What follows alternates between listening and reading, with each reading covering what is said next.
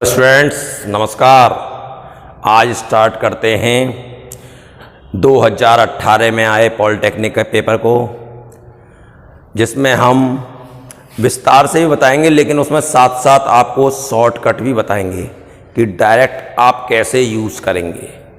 लेकिन इसके लिए आपको पिछले सारे वीडियो 2015 का पेपर, 2016 का पेपर, 2017 का पेपर अच्छी तरह करना होगा।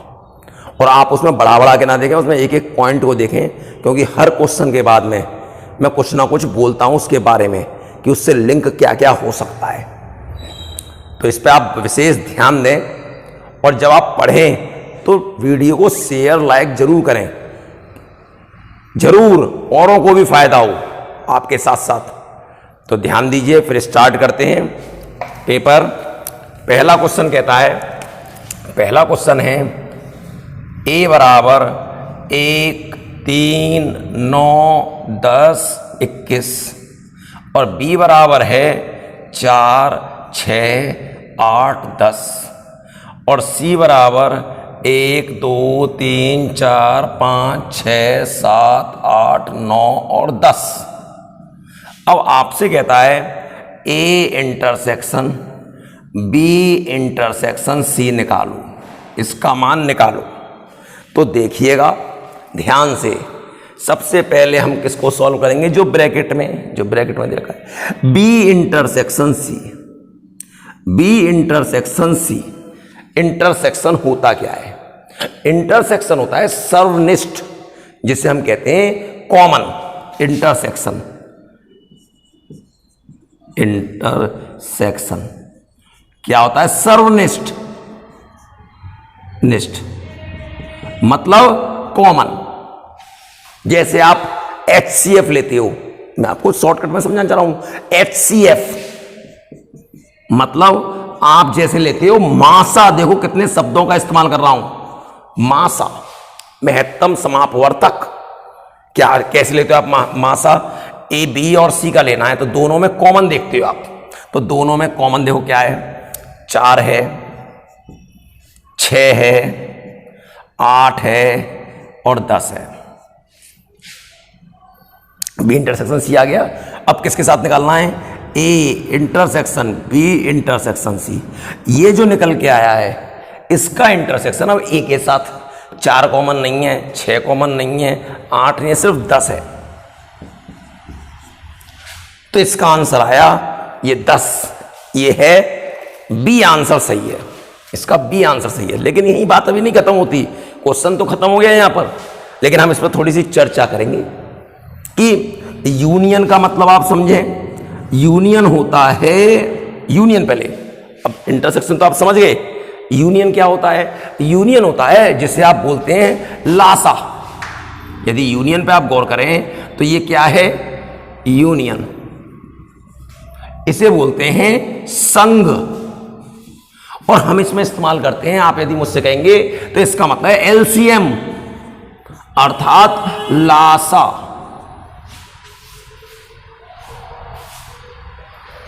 बिल्कुल बात क्लियर है। अब लासा कैसे लेते हैं आप जानते हैं। ये लघुत्तम, लासा की फुल फॉर्म होती है लघुत्तम समापवर्त्य, और मासा की होती है महत्तम समापवर्तक। तो देखिएगा एलसीएम क्या होगा इसका, ए यूनियन बी। क्या एक दोनों में है? नहीं है तो भी आएगा, क्योंकि लासा में जो नहीं होता वो भी आता है। 3 भी आएगा, 4 भी आएगा, 6 भी आएगा, 8, 9, 10 और ये 21 दे रखा है क्या? 21, हाँ 21 ही दे रखा है, 21 ये आ गया। कॉमन एक बार आएगा, बाकी सब उतरेंगे। तो ये इसका क्या हो गया? यूनियन। अब इसी बात को सुनिएगा, पेपर में क्या आ सकता है नई तरीके से, आपने क्या आ सकता है? A minus B. अब A माइनस बी होता क्या है? A माइनस बी है मतलब A में से घट रहा है, जिसमें से घटता है उसके बचे हुए लिखे आते हैं। जब मैं A में से घटाऊंगा तो इसके बचे हुए लिखे जाएंगे। क्या 1 घट गया? नहीं घटा। क्या 3 घट गया? नहीं घटा। 9 भी नहीं है, 9 भी बचेगा। 10 कट जाएगा दोनों में, इससे कट गया, क्या बचा 21। दोबारा समझें, यदि b माइनस ए आ जाए तो b के बचे हुए लिखे जाएंगे, a से मेरा कोई मतलब नहीं है, जो कट जाएगा वो कटेगा। a का बचा हुआ नहीं लिखूंगा, देख लो आप इसमें b का बचा हुआ नहीं लिख रहा, मैंने इसमें 6 नहीं लिखा है, जिसमें से घटाऊंगा उसके बचे हुए लिखूंगा। तो देखिए b में से इसको घटाओ, 4 बचेगा, 6 बचेगा, 8 बचेगा, 10 तो कट गया। ये होता है b माइनस ए। इस प्रकार से आपको दिमाग में रखना है। अगला क्वेश्चन क्या कहता है, दूसरा क्वेश्चन कहता है कि लॉग में दे रखा है, लॉग दे रखा है, लॉग बी सी बटे A square base 10 plus log A C बटे B square base 10 log A B बटे सी स्क्वायर बेस 10 का मान है, इसका मान है, ये लॉग में है। अब लॉग की प्रॉपर्टी आपको मालूम होनी चाहिए। यदि log A plus log B, ये लिखा हो log A plus log B, base एक से हो, कोई बेस नहीं लिख रखा मैंने, तो लॉग ए बी लिख सकते हैं, गुणा में लिख सकते हैं। इसी प्रकार यदि लॉग ए बी सी हम ऐसे लिख लेते, आगे भी ए बी सी लॉग के आगे 3 संख्या गुणा में है, तो log A plus log B plus log C लिख सकते हैं। इसी प्रकार यहां पर देखिए 3 लॉग हैं, सबका बेस 10 है, तो इसको हम किस में लिख सकते हैं, गुणा में, लॉग बी सी बटे ए स्क्वायर ए सी बटे बी स्क्वायर ए बी बटे सी स्क्वायर और बेस 10। ए का ए में गुणा होगा ए स्क्वायर कट गया, बी का बी में बी स्क्वायर इससे कट गया, सी का सी में सी स्क्वायर इससे कट गया, लॉग 1 बेस 10 और इसकी वैल्यू 0 होती है। आप लॉग की वैल्यू को ध्यान रखिएगा, लॉग 1 की वैल्यू होती है 0, लॉग 10 की वैल्यू 1, लॉग 100 की वैल्यू 2, लॉग 1000 की वैल्यू 3, मतलब 1 के आगे जितने 0 उतनी उसकी वैल्यू होती है। अब ऐसा मत कर देना कि लॉग कहीं पे ये मिल गया 2100, सर ने कहा है कि 1 के आगे जितने 0, 1 के आगे नहीं है, 21 के आगे है, इसकी वैल्यू 2 नहीं होगी, ध्यान रखना, मैं 1 के आगे बोल रहा हूं। अगला तीसरा क्वेश्चन देखिए आप, तीसरे क्वेश्चन में क्या कहता है, तीसरा क्वेश्चन है किन्हीं 7 क्रमिक संख्या सम संख्या का औसत 62 है। 7 क्रमिक सम संख्या क्या होती हैं, 2 4 6 8। जब 2 4 6 8 बोल रहा हूं देखिएगा, 2 4 6 8 डॉट डॉट डॉट, कितने का अंतर है, 2 का। तो उसने 7 क्रमिक सम संख्या बोली, यदि मैं पहली x मानूं तो अगली क्या होगी, इससे 2 बढ़ के होगी x + 2, उससे अगली क्या होगी x + 4, 2 बढ़ाते आओ, x + 6, x + 8, x + 10, x + 12, 1 2 3 4 5 6 7 हो गई, का औसत 62 है, 62 है। तो पहली और छठी के योगफल के दुगने का चौथाई, ठीक है, वो तो बात की बात है, पहली और छठी तो बाद में निकलेगी, पहले आप जरा इसको हल करें। औसत होता क्या है, कुल योग x, x + 2, x + 4, x + 6, x + 8, x + 10 और x + 12 बटे कुल कितनी है, 7, औसत 62। अब देखिएगा ये ब्रैकेट यहां से लेके यहां तक कितने, 7, तो इसका मतलब x कितने आ गई, ये 7x, अरे x 7 बार जुड़ेगा। अब देखिए क्या बचा, 2 4 6 8 10 और ये 12 बटे 7, 7 का क्रॉस मल्टीप्लाई करिए, 62 × 7 बराबर 7x। या तो आप इसे खटाखट जोड़ लें, आप 12 और 10 22 और 8 30 और 10 40 और 2 42, आपने सीधे ऐसे जोड़ दिया, और फॉर्मूला भी होता है, यदि सम संख्याओं को जोड़ रहे हैं क्रमागत। तो अब देखिएगा क्या होता है उसका n+1 होता है। कितनी संख्या को जोड़ रहे हैं हम? 6। कितनी है? 6। 1 2 3 4 5 6, तो 6 लिखा और 6 और 1 7 और 7 6 42, ऐसे भी जोड़ सकते हैं। और कितना आ गया? 7 3 14 4, 1 हासिल, 7 6 42 और 1 43, 7x + 42। इसको इधर ले आई। 7x बराबर 4 में से 2 गए 2, 13 में से 4 गए 9 और 3, और x बराबर 7 पंजे 35, बचे 4, 7 6 42। x का मान ये हो गया। अब वो कहता है हमें तो एक तो पहली चाहिए। पहली क्या है? x, और x की वैल्यू कितनी है? 56। फिर छठी कह रहा है 1 2 3 4 5 6, छठी क्या है? x + 10, 56 + 10 66। अब हिंदी पढ़ेंगे, क्या कहना चाह रहा है वो? कहता है कि पहली और छठी के योगफल के दुगने, पहली और छठी के योगफल के दुगने का 1/4 भाग, का 1/4 भाग, 1/4 2। पहली कितनी है? 56 और छठी कितनी है? 66। और कितना आ गया? 1/4 × 2 × जोड़िए 6 6 12 का 2, 1 हासिल 12, 2 दूनी 4, 2 से 2 कट गया, 2 से 61। कितना आ गया? 61। इस प्रकार से ये पूरा करा। इन क्वेश्चनों को भी आप डायरेक्ट देख सकते हैं कि सेकंडों में हम कैसे कर सकते हैं। अब 7 तक जब जोड़ रहे हैं तो आपको पता होनी चाहिए x 7 बजे 7x हो गया, और पहले पद में 2 नहीं आएगा, दूसरे पद से आ रहा है, तो अगले 6 पद बचे। अब 2 से लेकर और हमें 12 तक जोड़, कितना था? कितने पद जोड़ रहे हैं? सम संख्या 6। तो आप डायरेक्ट जोड़ देंगे। सम संख्याओं का योग होता है n+1, तो 6 और गुणा 7 कितना आ गया? 42। अब इस टोटल में से 42 घटाना है, x का मान आ गया। और जब x आ गया तो उसने कहा पहली और छठी। अब पहली 56 और ये 66, 56 और 66 को जोड़ना है, उसके दुगुने का चौथाई करना है। जब उसका दुगुना करेंगे और चौथाई करेंगे तो ऊपर वाले 2 से नीचे कितनी बार कटेगा? 2 बार। 1/2 पहली और छठी, और पहली और छठी का योग कितना है? 56 + 66 कितना होता है? 122। अब 122 में आप 2 का भाग करेंगे 61। पहले आपको दिमाग में करना है किस तरीके से। आइए और आगे चलते हैं। अगला चौथा क्या कहता है? चौथे पे ध्यान दीजिएगा। चौथा कहता है यदि आंकड़ों 59 62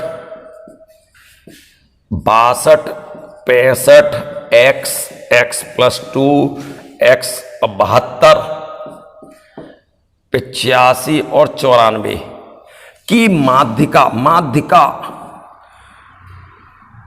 69 है, तो x का मान बताओ। देखिए आपसे बात हुई, यदि आपने पिछली मेरी सारी वीडियो देखी हो, तो माध्यिका होती क्या है? माध्यिका निकालते समय सर्वप्रथम सबसे पहले पद मूल्यों को आरोही या अवरोही क्रम में लिख देते हैं। यहां पर उसने लिख के दिया है, क्योंकि मुझे नहीं पता x बड़ा कितना कितना छोटा कितना, तो उसने आरोही क्रम में सजा के दिया है। आपको दिखाई दे रहा है इधर सबसे छोटी है, इधर सबसे बड़ी, तो आरोही क्रम उसने दे रखा है। अब गिनती करते हैं 1 2 3 4 5 6 7 8 समय। तो मैंने याद कराया है यदि विषम होंगे तो माध्यिका होती है, यदि विषम है n बराबर विषम है तो माध्यिका होती है n+1/2वें पद का मान। लेकिन यहां पर कैसी है? सम, n बराबर 8 जो कि सम है, तब माध्यिका क्या होती है? माध्यिका होती है n/2वें पद का मान प्लस n/2 + 1वें पद का मान बटे 2। माध्यिका दे रखी है आपको 69। अब कितने पद हैं? 8। 8 में 2 का भाग करूं, कौन सा? चौथा पद। 1 2 3 4 x प्लस 4 में 1 जोड़ेंगे 5 आ जाएगा, x + 2 बटे 2, ये हो गया 138, 2x प्लस 2, 2x बराबर 2 को घटा दिया 136 और x बराबर 2 6 12 2 8 16 68। अब मेरे आपको टाइम आप कहेंगे इतना लग रहा है, टाइम कहाँ लग रहा है, ये फॉर्मूला आप क्यों लिखोगे, आप तो डायरेक्ट देखो, जब चौथा पद है तो 1 2 8 है तो बीच के 2 लेने, 3 इधर के छोड़ दिए और 3 इधर के छोड़ दिए, तो बीच में क्या आएगा, डायरेक्ट आप लिखेंगे माध्यिका बराबर इन दोनों का योग 2x प्लस 2 बटे 2 होता है। अब कैंची गुणा करोगे मालूम, या आप कुछ मत करो, 69 बहुत अच्छे समझदार हो तो 2 का भाग इसमें भी जा रहा है, 2 का भाग इसमें भी जा रहा है, तो x प्लस 1 हो जाएगा और 1 को इधर ले आओ, x बराबर 68, ऐसे करेंगे। तो मैं आपको बिल्कुल ऐसे भी समझा रहा हूं, एक एक लाइन भी, और मैं आपको टेक्निक पे भी ध्यान दीजिए कि डायरेक्ट हम कैसे करेंगे। और यदि वही विषम हो जाए, मान लो 4 6 7 9 12, अब माध्यिका इसकी पूछते हैं विषम है, 1 2 3 4 5 विषम है, विषम है तो 2 इधर के छोड़ दो, 2 इधर के छोड़ दो, ये आ गई माध्यिका। फॉर्मूला रखोगे तब भी वही आएगा।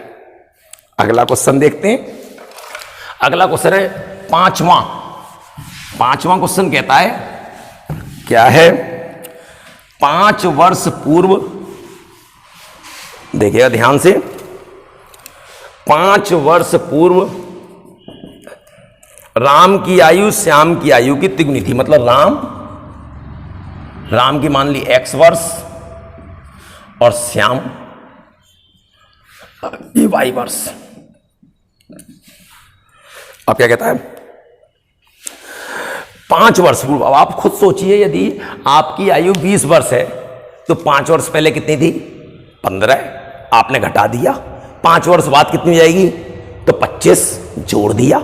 इसी प्रकार राम की आयु 5 वर्ष पहले कितनी होगी, 5 वर्ष पहले x माइनस 5, श्याम की कितनी होगी, y माइनस 5। अब क्या कहता है राम की आयु श्याम की आयु की तिगुनी थी, ये तिगुनी थी राम की, तो इसको तिगुना कर दें, दोनों बराबर हो जाएगा। अभी आप देखिएगा, मैं इसे डायरेक्ट कर दूंगा, बिल्कुल आपको समझाऊंगा, लिखने का तरीका आप देख लीजिए। इसको दिले x माइनस 3y माइनस 5 को उधर ले गए, प्लस के 5 माइनस 15 प्लस के 5 माइनस के 10। अगला देखिए, कहता है 10 वर्ष बाद, अब कितने वर्ष बाद, 10 वर्ष बाद, 10 वर्ष बाद राम की जाएगी x प्लस 10, श्याम की जाएगी y प्लस 10। अब कहता है राम की आयु श्याम की आयु की दुगनी, ये दुगनी है तो इसको दुगना कर दिया, बराबर हो गया x प्लस 10 बराबर 2y plus 20, x minus 2y बराबर 10। अब दोनों को हल कर सकते हैं हम, एक में से 2 को घटाया, इसमें से इसको घटाऊंगा तो x कट जाएगा, इसमें से इसको घटाऊंगा ये प्लस का हो जाएगा तो माइनस का y बचेगा, और इसमें से इसको घटाऊंगा तो ये भी माइनस का 10 हो जाएगा, माइनस के 20, y बराबर 20 वर्ष। y का मान 20 यहां लगा दिया, 30 दूनी 60, माइनस के 60 को चले प्लस का 60, x बराबर कितना आ गया, 50 वर्ष। राम की तो 50 वर्ष और श्याम की 20 वर्ष। मैंने कहा नहीं, डायरेक्ट करेंगे ना, हम ऐसे लिख के करना ही नहीं है, हाई स्कूल में थोड़ी करने आ रहे हैं, आप किसी कंपटीशन में करेंगे और वहां पे हमें डायरेक्ट चाहिए। आपने कैसे, ऑप्शन देखना शुरू करिए, अब डायरेक्ट कैसे करा करेंगे। पहला ऑप्शन 50 और 20 ही दे रखा है, ये तुक्के वाली बात है कि आंसर भिड़ रहा है पहला ही, इससे मेरा मतलब नहीं है। अब आपने कहा कैसे चेक करेंगे, कह रहा है 5 वर्ष पूर्व इसकी कितनी होगी, 45, इसकी 5 वर्ष पूर्व कितनी होगी, 15। क्या ये इसकी तिगुनी है कि नहीं है? 15 का तिगुना होता है 45, यही कह रहा था, तिगुनी के बराबर है, हो गया। फिर क्या कह रहा है, 10 वर्ष पूर्व, ये 10 वर्ष बाद, तो बाद में जुड़ जाएगी 60 हो जाएगी, इसकी 10 वर्ष बाद कितनी जाएगी, 30। अब कह रहा है दुगुनी है, तो क्या इसकी ये दुगनी है कि नहीं है, दुगनी है, तो डायरेक्ट आंसर हो गया। क्यों इतना लंबा करेंगे, तो तरीका ही मैंने आपको समझाया, डायरेक्ट टेक्निक। इसीलिए मैं कह रहा हूं हर क्वेश्चन को ध्यान से देखें, एंड तक देखें, पेपर पॉलिटेक्निक का पेपर आपको पूरा सॉल्व हो जाएगा सेकंडों में, फटाफट। तो इस बात को ध्यान रखेंगे। अगला क्वेश्चन देखिए क्या कहता है, अगला है छठा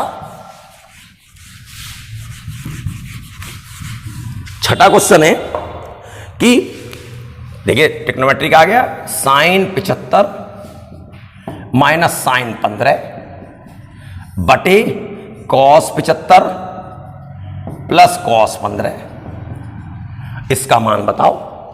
अब देखिएगा यदि मैं इसको चेंज भी कर लूं, कॉस इसे मान लो कर भी लूं, तो भी ये चिन्ह तो नहीं बदलेगा, और चिन्ह नहीं बदलेगा तो कोई फायदा ही नहीं, कटेगा तो है नहीं, कटने की तो उम्मीद है ही नहीं।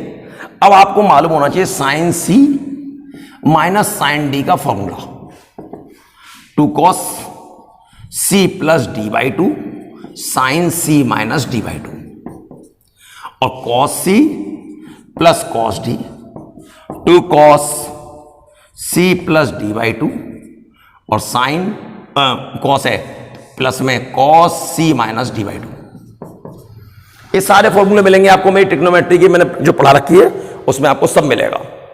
तो देखिएगा यहां पे लगाइए sine C minus sine D 2 cos C plus D by 2, 75 और 15 90, 2 का भाग करेंगे 45, sine C minus D by 2, 75 में से 15 गए 60, 2 का आंकड़ा 30 बटे cos C plus cos D 2 cos C plus D by 2, 75 और 15 90, 2 का भाग करेंगे 45, cos C minus D by 2, 75 में से 15 गए 60, 2 का करेंगे 30। देखिए 2 से 2 कट रहा है, cos 15 से cos 15 कितना आ गया 10 30, और 10 30 का मान आपको पता है 1/√3। ये हो गया छठा क्वेश्चन। सातवां क्वेश्चन क्या है? सातवां आ गया आपका मेंसुरेशन का। अब इसकी भी डायरेक्ट बातों को आपको सुनना पड़ेगा। एक लंबवृत्तीय शंकु ए का आयतन, लंबवृत्तीय वृत्ताकार शंकु ए का आयतन वृत्ताकार बी के आयतन का 3 गुना है। यदि ये v है तो ये कितना है 3v, और b की ऊंचाई a की ऊंचाई की अपेक्षा 3 गुनी है। यदि ये h है तो ये 3h है। a और b की त्रिज्या में अनुपात बताओ। a मतलब हमें निकालना है RA/RB, इसमें अनुपात बताना है। बात को ध्यान से सुनिएगा। एक तरीका तो ये कि VA/VB बराबर शंकु है तो 1/3 पाई RA का स्क्वायर H बटे 1/3 पाई RB का स्क्वायर HB। VA 3V बटे VB का मान V, 1/3 पाई से 1/3 पाई कट गए, RA का स्क्वायर बटे RB का स्क्वायर, और HA/HB H/3H, H से H कट गया, V से V कट गया, ये 3 ऊपर आएगा 9/1 बराबर RA का स्क्वायर बटे RB का स्क्वायर। अब RA/RB कितना आएगा? RA/RB बराबर 3/1। अब ये तो पूरा करने का तरीका हुआ। अब आपको दिखाई दे रहा है कि डायरेक्ट करने का तरीका, VA का मान 3V और HA का मान H है। जब आपको मेंसुरेशन पढ़ाई गई है तो वहां समझाया गया है कि V बराबर 1/3 पाई R स्क्वायर H होता है, मतलब त्रिज्या के वर्ग पर निर्भर करता है और ऊंचाई की घात 1 है। यदि आप सोचें 1 मिनट, 1/3 पाई R को यदि मैं 2R कर दूं तो ये कितना आएगा? 4 फालतू आ रहा है, स्टैंडर्ड नहीं आ रहा, 4 फालतू आ रहा है। तो यदि H/4 कर दूंगा तो 4 से 4 कट जाएगा, ज्यों का त्यों आयतन आएगा। बिल्कुल बात क्लियर है। त्रिज्या के वर्ग पर निर्भर करता है और ऊंचाई की घात 1 पर। यदि हम यहां पर ध्यान दें, यहां पे आयतन में कितना लाना है? V नहीं, स्टैंडर्ड नहीं है, उसमें 3 और आ रहा है। एक त्रिज्या स्टैंडर्ड रखी जाए तो ऊंचाई तिगुनी करनी पड़ेगी, लेकिन ऊंचाई स्टैंडर्ड रखी जाए तो त्रिज्या का वर्ग होता है, और जब वर्ग होता है तो यदि हम √3R कर दें, RA बराबर √3R, तो इसका वर्ग कितना आ जाएगा? 3 आ जाएगा, तिगुना आयतन हो जाएगा। ये डायरेक्ट टेक्निक थी। इसी प्रकार VB क्या है? V है। HB क्या है? 3h है। अब लेकिन स्टैंडर्ड है, अब स्टैंडर्ड आयतन में कुछ भी नहीं आ रहा, लेकिन जब ऊंचाई तिगुनी है तो आयतन तिगुना आएगा, लेकिन इस 3 को भगाना है क्योंकि स्टैंडर्ड लाना है। जब 3 को भगाना है तो आर बी क्या होगा, आर बटे √3, क्योंकि जब इसका वर्ग होगा तो नीचे 3 आएगा, 3 से 3 कट जाएगा, 1/3 पाई आर स्क्वायर आ जाएगा। ये डायरेक्ट होता, मैंने बहुत सिखाया ये। आर ए बटे आर बी बराबर √3r, इसके नीचे कुछ नहीं तो 1 है, बटे आर बटे √3, पहली चौथी ऊपर दूसरी तीसरी नीचे, √3r इंटू √3 बटे आर से आर कट गया, 3/1, 3:1। इसमें थोड़ा दिमाग से सोचने का है, तो ये नहीं दिक्कत हो जरा भी तो आपको ये रहा, बिल्कुल सिंपल सा। अगला क्वेश्चन देखते हैं, 8वां क्वेश्चन देखिएगा। 8वां क्वेश्चन देखिए क्या कहता है। 8वें क्वेश्चन में है, 8वां क्वेश्चन आपका दे रखा है, दो संख्याओं का योग 25 है। माना हमने दो संख्याएं x और y है, इसका योग 25 है और गुणनफल 144 है। तो कहता है संख्याओं का अंतर क्या होगा, अंतर x माइनस वाई क्या होगा। एक तो पूरा करने का तरीका और एक डायरेक्ट भी तरीका। आपने कैसे, x माइनस वाई का होल स्क्वायर बराबर होता है x प्लस वाई का होल स्क्वायर माइनस 4xy। आप होल स्क्वायर खोल के देख लीजिए, इसमें प्लस के 2xy आएंगे, माइनस के 4 तो माइनस के 2 बचेंगे, यही बचेगा होल स्क्वायर। अब x प्लस वाई का मान आपके पास है 25 का वर्ग माइनस 4 इंटू 144, 625 माइनस 576, बचे कितने 49, और x माइनस वाई कितना है, इसका वर्गमूल ले लो 7।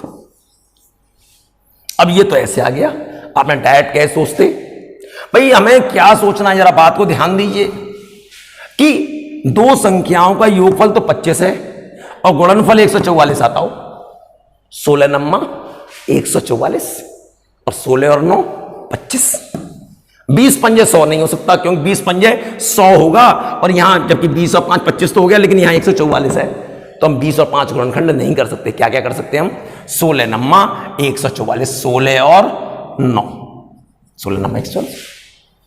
अब हमें x माइनस वाई चाहिए, एक x माइनस वाई, x के लिए 16 माइनस 9 7 आ गया डायरेक्ट। ये डायरेक्ट विचार करेंगे। अगला क्वेश्चन क्या कहता है, अगला कहता है 9वां क्वेश्चन कहता है आपसे कि एक त्रिभुज ABC की भुजा AB का समीकरण, त्रिभुज ABC दे रखा है, गौर से देखिएगा, A B और ये C। कहता है A का जो है 0,1, 2,0 और -1, -2। कहता है AB का समीकरण ज्ञात करो। देखिएगा, बात को ध्यान से सुनिएगा, यदि आप होगे तो क्या कहोगे। AB का समीकरण निकालने के लिए कह रहा है, आप बड़े खुश हो जाओगे। दो बिंदु हैं, दो बिंदु से जाने वाली रेखा, ये x1 y1 डाल लिया और ये x2 y2। अब आपने क्या करा, कहते हैं इसका तो कोई मतलब ही नहीं, ए बी दो बिंदु जाने y माइनस y1 बराबर y2 माइनस y1 बटे x2 माइनस x1 और x माइनस x1। आप ये करोगे, y माइनस y1 की वैल्यू कितनी है 1, y2 की वैल्यू 0 माइनस 1 बटे 2 माइनस 0 और x माइनस 0। y माइनस 1 बराबर -1 बटे 2 x, 2y माइनस 2 बराबर minus x, x plus 2y बराबर 2। बड़े खुश हो गए, हमने कर लिया, हमारा आंसर मिल गया कि बड़ी जल्दी। अरे भाई इसमें और भी सोच सकते हो आप, जबरदस्त टेक्निक। तो देखिए क्या क्या टेक्निक आप सोच सकते हो। आपसे हमारी बात हो चुकी है कि जब भी किसी बिंदु के निर्देशांक में भुज या कोटि में से कोई एक जीरो हो तो वह बिंदु किसी चतुर्थांश में नहीं होता, किसी ना किसी अक्ष पर होता है। अब इसमें भुज जीरो है तो इसका मतलब किस अक्ष पर है, ये y अक्ष पर। और y अक्ष पर जब ये बिंदु है तो y अक्ष की दूरी क्या होती है b, y अक्ष पर कटा हुआ अंतखंड b होता है। और ये क्या है, यहां कहां कट रहा है, यहां y की वैल्यू 0 है तो x अक्ष पर, इसका मतलब ये x अक्ष पर होगा। और x अक्ष पर कटे अंतखंड को क्या बोलते हैं, a बराबर 2। और जब अंत्यखंड मिल गई तो अंत्यखंड रूप में रेखा का समीकरण x/a प्लस y/b बराबर 1। दो लघुत्तम ले लिया तो x प्लस 2y बराबर 1, x प्लस 2y बराबर 2। आगे 3-4 लाइन ले ली मैंने, समझाने की वैसे ले ली। आपने और कोई टेक्निक तो एक एक क्वेश्चन को इतनी हो सकती है कि आप सोच नहीं सकते हो। यदि विचार करो तो, थ्योरी क्लियर हो तो। जब देखिए आपने कहा और क्या हो सकती है, जब वो ए बी का समीकरण पूछ रहा है तो 4 ऑप्शन में किसके समीकरण देगा, ए बी का देगा। अब पहला ऑप्शन उसने क्या दे रखा है वो देखिए आप। पहला ऑप्शन देता है x माइनस 2y बराबर 1। यदि ये इसका समीकरण होगा तो ये बिंदु क्या करेगा, इसको संतुष्ट लगाओ। 0 माइनस 2 इंटू 1, ये माइनस 2 आ रहा है, क्या ये 1 के बराबर है, नहीं है, तो ये नहीं हो सकता। अगला आपने लिया, क्या लिया अगला, दूसरा क्या है, x प्लस वाई बराबर 2। x के वैल्यू 0 लगाई 0, y के वैल्यू 1 लगाई, 0 प्लस 1, क्या ये 2 होता है, नहीं होता, बराबर 2 नहीं होता, तो ये भी नहीं है। मतलब सेकंड में देख रहे हैं, ऑप्शन में देख लगा के। तीसरा आपके पास है x प्लस 2y बराबर 2, यहां लगा के देखा 0 प्लस 2 इंटू 1 है बराबर 2, ये 2 होता है, संतुष्ट कर गया। लेकिन इतने से काम नहीं मानेंगे, हम इसको भी संतुष्ट कराएंगे क्योंकि दोनों बिंदु से आ रही है। खाली इसी बिंदु से करा लिया, मान लो ये वाली दे रखी हो तो इसको भी संतुष्ट कराएंगे। कितना है, 2,0 लगाओ यहां पर, 2 प्लस 2 इंटू 0 बराबर 2, कितना आ गया, 2 बराबर 2। तो इसका मतलब यही इसका आंसर होगा, डायरेक्ट ऑप्शन सी। अगला क्वेश्चन देखिए, इसीलिए कहता हूं थ्योरी को बहुत ध्यान से, पेपर को बड़े ध्यान से देखें आप किस प्रकार से हो रहा है। 8वां हो गया, अब आता है 9वां क्वेश्चन। कहता है ये 9वां ही था, 9 हो गए, सॉरी 9 हो गया। अब देखते हैं 10वां क्वेश्चन। कहता है यह है समुच्चय का, और समुच्चय के बारे में आपसे मेरी बात हो चुकी है। मैंने आपको सिखाया था कि यदि 50 लोग आपने चाय पे अपने यहाँ किसी पार्टी पे बुलाए, सिर्फ कितने लोग, 50 लोग, उन 50 में से 25 ने तो चाय पी, 25 ने चाय पी और 30 ने कॉफी पी। 25 ने चाय और 30 ने कॉफी, बुलाए आपने सिर्फ 50, और ये हो गए 25 और 30 55। कितने फालतू हो रहे हैं, 5। जितने फालतू हो रहे हैं वो चाय भी पीते हैं और कॉफी भी पीते हैं। तो 5 लोग ऐसे हैं जो चाय भी पी रहे हैं और कॉफी भी पी रहे हैं। इसी में एक बात ये होती कि आपने 50 लोग पार्टी पे बुलाए, उनमें से 10 लोग ऐसे हैं जो ना कॉफी पीते हैं ना चाय पीते हैं। आपकी जो पार्टी हो तो चाय और कॉफी की है। अब 10 उनमें से ऐसे हैं जो ना कॉफी पीते हैं और ना चाय पीते हैं। इसका मतलब आपके काम के कितने जो पीने वाले हैं वो 40, यहां पर 10 को हमने घटा दिया। अब 25 लोग चाय पी रहे हैं और 30 लोग कॉफी पी रहे हैं, कितने हो गए, 55। आपके काम के कितने, 40। अब 50 नहीं लेंगे क्योंकि जो उन दोनों में से कुछ नहीं करते उनको घटा दिया, तो 40 वो और 55 ही हो गए, तो कितने हुए, 15 का अंतर है। इसका मतलब 15 लोग ऐसे हैं जो कॉफी भी पीते हैं और चाय भी पीते हैं। तो अब क्वेश्चन देखिएगा आप, 10वां क्वेश्चन। 10वें क्वेश्चन में कहता है 240 स्टूडेंट हैं, स्टूडेंट्स। अब क्या कहता है, 200 इतिहास लेते हैं, 200 तो हिस्ट्री लेते हैं, हिस्ट्री, और 90 लोग भूगोल लेते हैं, ज्योग्राफी। 20 लोग इनमें से कुछ भी नहीं लेते। जो 20 लोग हैं वो ना तो H लेते हैं, H भी नहीं लेते और G भी नहीं लेते। इसका मतलब हमारे काम के कितने बचे खाली, 220। ये 20 घटा दिए, हमारे स्टूडेंट कितने काम के हैं, 220। अब क्या कहता है, अब बताओ कि कितने विद्यार्थी दोनों विषय लेते हैं। हमारे काम के 220 और ले कितने रहे कुल, लिए 290। कितने का अंतर है, 290 माइनस 220, 70। तो 70 स्टूडेंट ऐसे हैं जो दोनों विषय लेते हैं।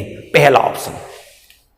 फॉर्मूले से ऐसे सिखाया गया था आपको, number of H union G, history और geography, number of H, number of G, number of H intersection जी, ये फॉर्मूले से होता है। इतना लंबा कौन लिखेगा।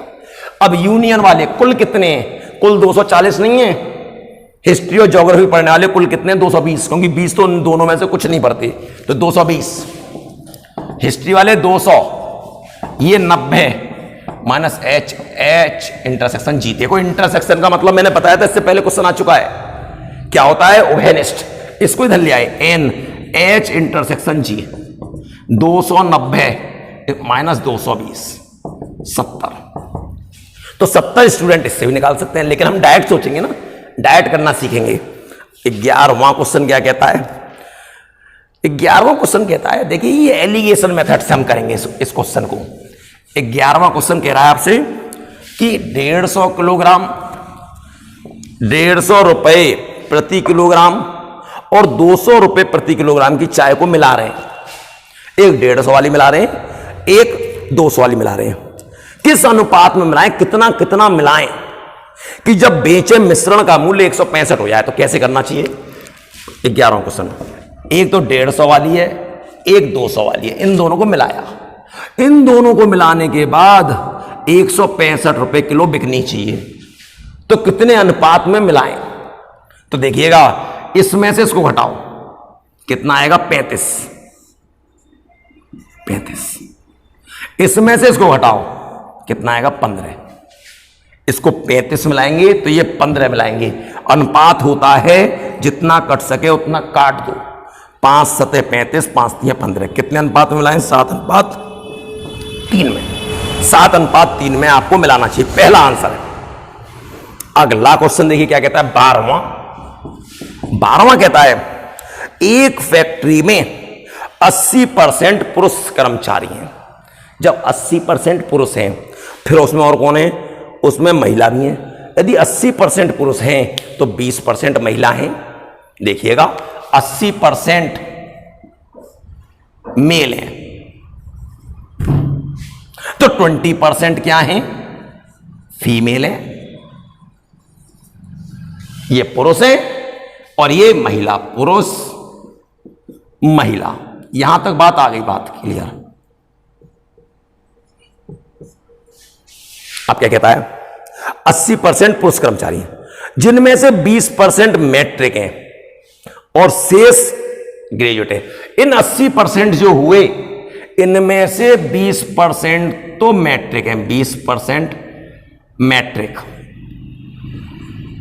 और बाकी कितने बचे, 60% नहीं बचे अभी, 80%, क्योंकि ग्रेजुएट। कुल 100% होता है, मतलब को समझिए, एक क्लास में 100 बच्चे बैठे हुए हैं, 80% लड़के हैं और 20% लड़कियां हैं। इसका मतलब 80 लड़के हैं और 20 लड़कियां हैं। अब उन 80% जो 80 लड़के हैं, 80% जो लड़के हैं, उसमें से 10% हाई स्कूल पास हैं। तो 80% के 10% कितने हुए, 80 के 10% हुए, 80 के 10% हुए 8 बच्चे तो हाई स्कूल पास हैं, और बाकी जो हैं वो इंटर पास हैं।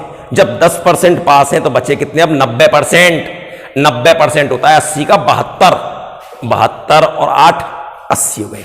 तो ये 80% थे, कुल के 80 ये, 20 ये, लेकिन ये जितने भी थे उसका 20% मैट्रिक पास हैं और 80% ग्रेजुएट पास हैं।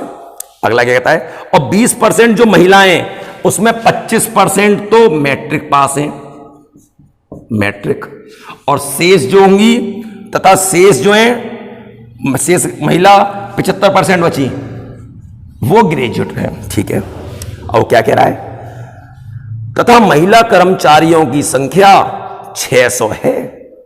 महिला कर्मचारियों की संख्या 600, मतलब कुल महिला कर्मचारियों की संख्या कितनी है, 600। महिला कर्मचारी कितने परसेंट हैं, 20%। मतलब 20% जो हैं वो किसके बराबर है, 600 के बराबर। यदि 100% कर दें तो पूरी गिनती आ जाएगी, पुरुष और महिला सब मिक्स। 20% पे 600 है, तो 20% को 100% में करने के लिए 5 का गुणा करना पड़ेगा। तो इधर जब 5 का करेंगे तो इधर भी 5 का करेंगे। ये कितना है, 3000। इसका मतलब 100% पे 3000 है। इसका मतलब कुल जो महिला पुरुष थे वो कितने थे? 3000। अब 3000 में 600 तो महिलाएं, तो कितने पुरुष हुए? पुरुष हुए 3000 में से 600 घटा दो, ये हो गए 2400। और महिला कितनी है? 600। और कह रहा कुल ग्रेजुएट वालों की संख्या था, खाली ग्रेजुएट वालों की। तो जो पुरुष में जो पुरुष जितने भी थे उसके 80% ग्रेजुएट हैं, तो इसका मुझे कितना निकालना पड़ेगा? 2400 का 80%। और महिला का कितने ग्रेजुएट है? महिला जितनी भी है उसका कितने परसेंट? 75%। कितनी है महिला? 600। 600 का 75%।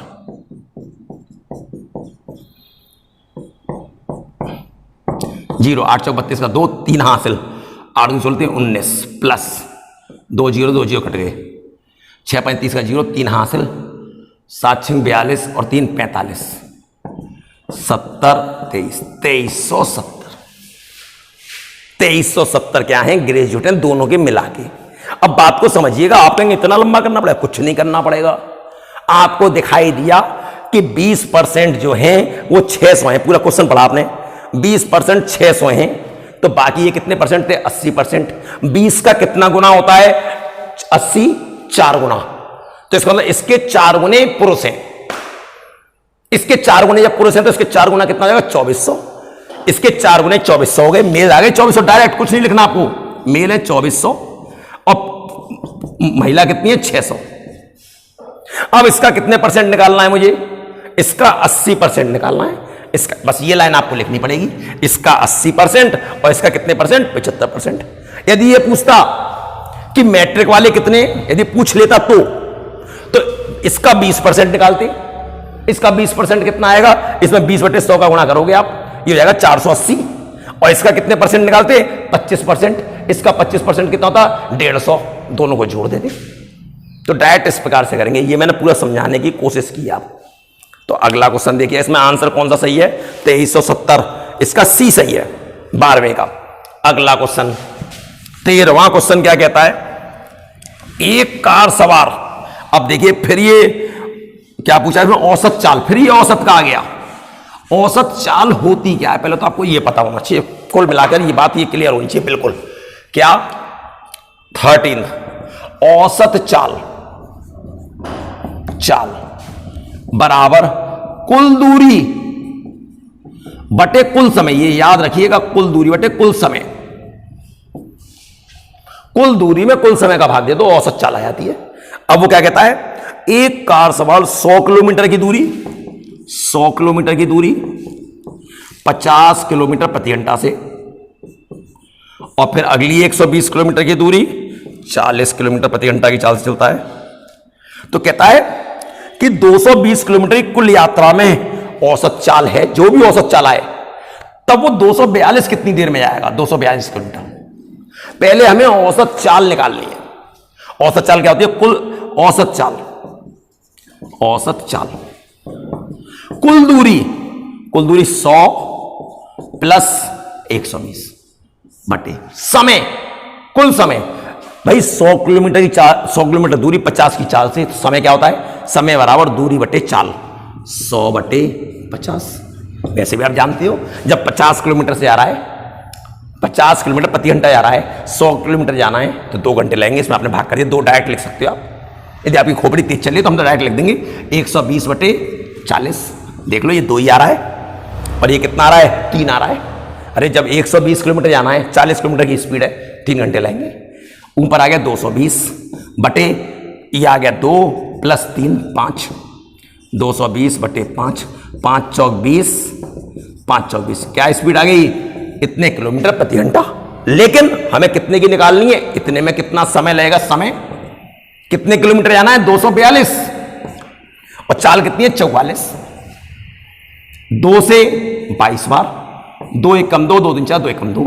अब देखिए किस रूप में दे रखा है, किस रूप में आंसर है। इसमें दे रखा है 5 सही 1/2 भी दे रखा है, 7 सही 1/2 भी दे रखा है, 6 सही 1/2 भी दे रखा है। तो जरा ध्यान से देखिएगा, तो देखिएगा 11 दूनी 22, 11 का 11 बार, और 2 का इसमें भाग कर दो, 5 सही 1/2 घंटा। देखिए 14 नंबर क्वेश्चन, एक घड़ी को अंकित मूल्य से 32 रुपए की छूट दी, 32 रुपए की छूट दी, जो उस पर लिखित मूल्य उसमें 32 रुपए से मतलब घटा नहीं है। फिर क्या कहता है, छूट देने पर, बेचने पर दुकानदार को 15% का लाभ हो रहा है, मतलब छूट देने के बाद भी उसे कितने परसेंट का लाभ हो रहा है, 15% का। यदि क्रय मूल्य 320 रुपए है, क्रय मूल्य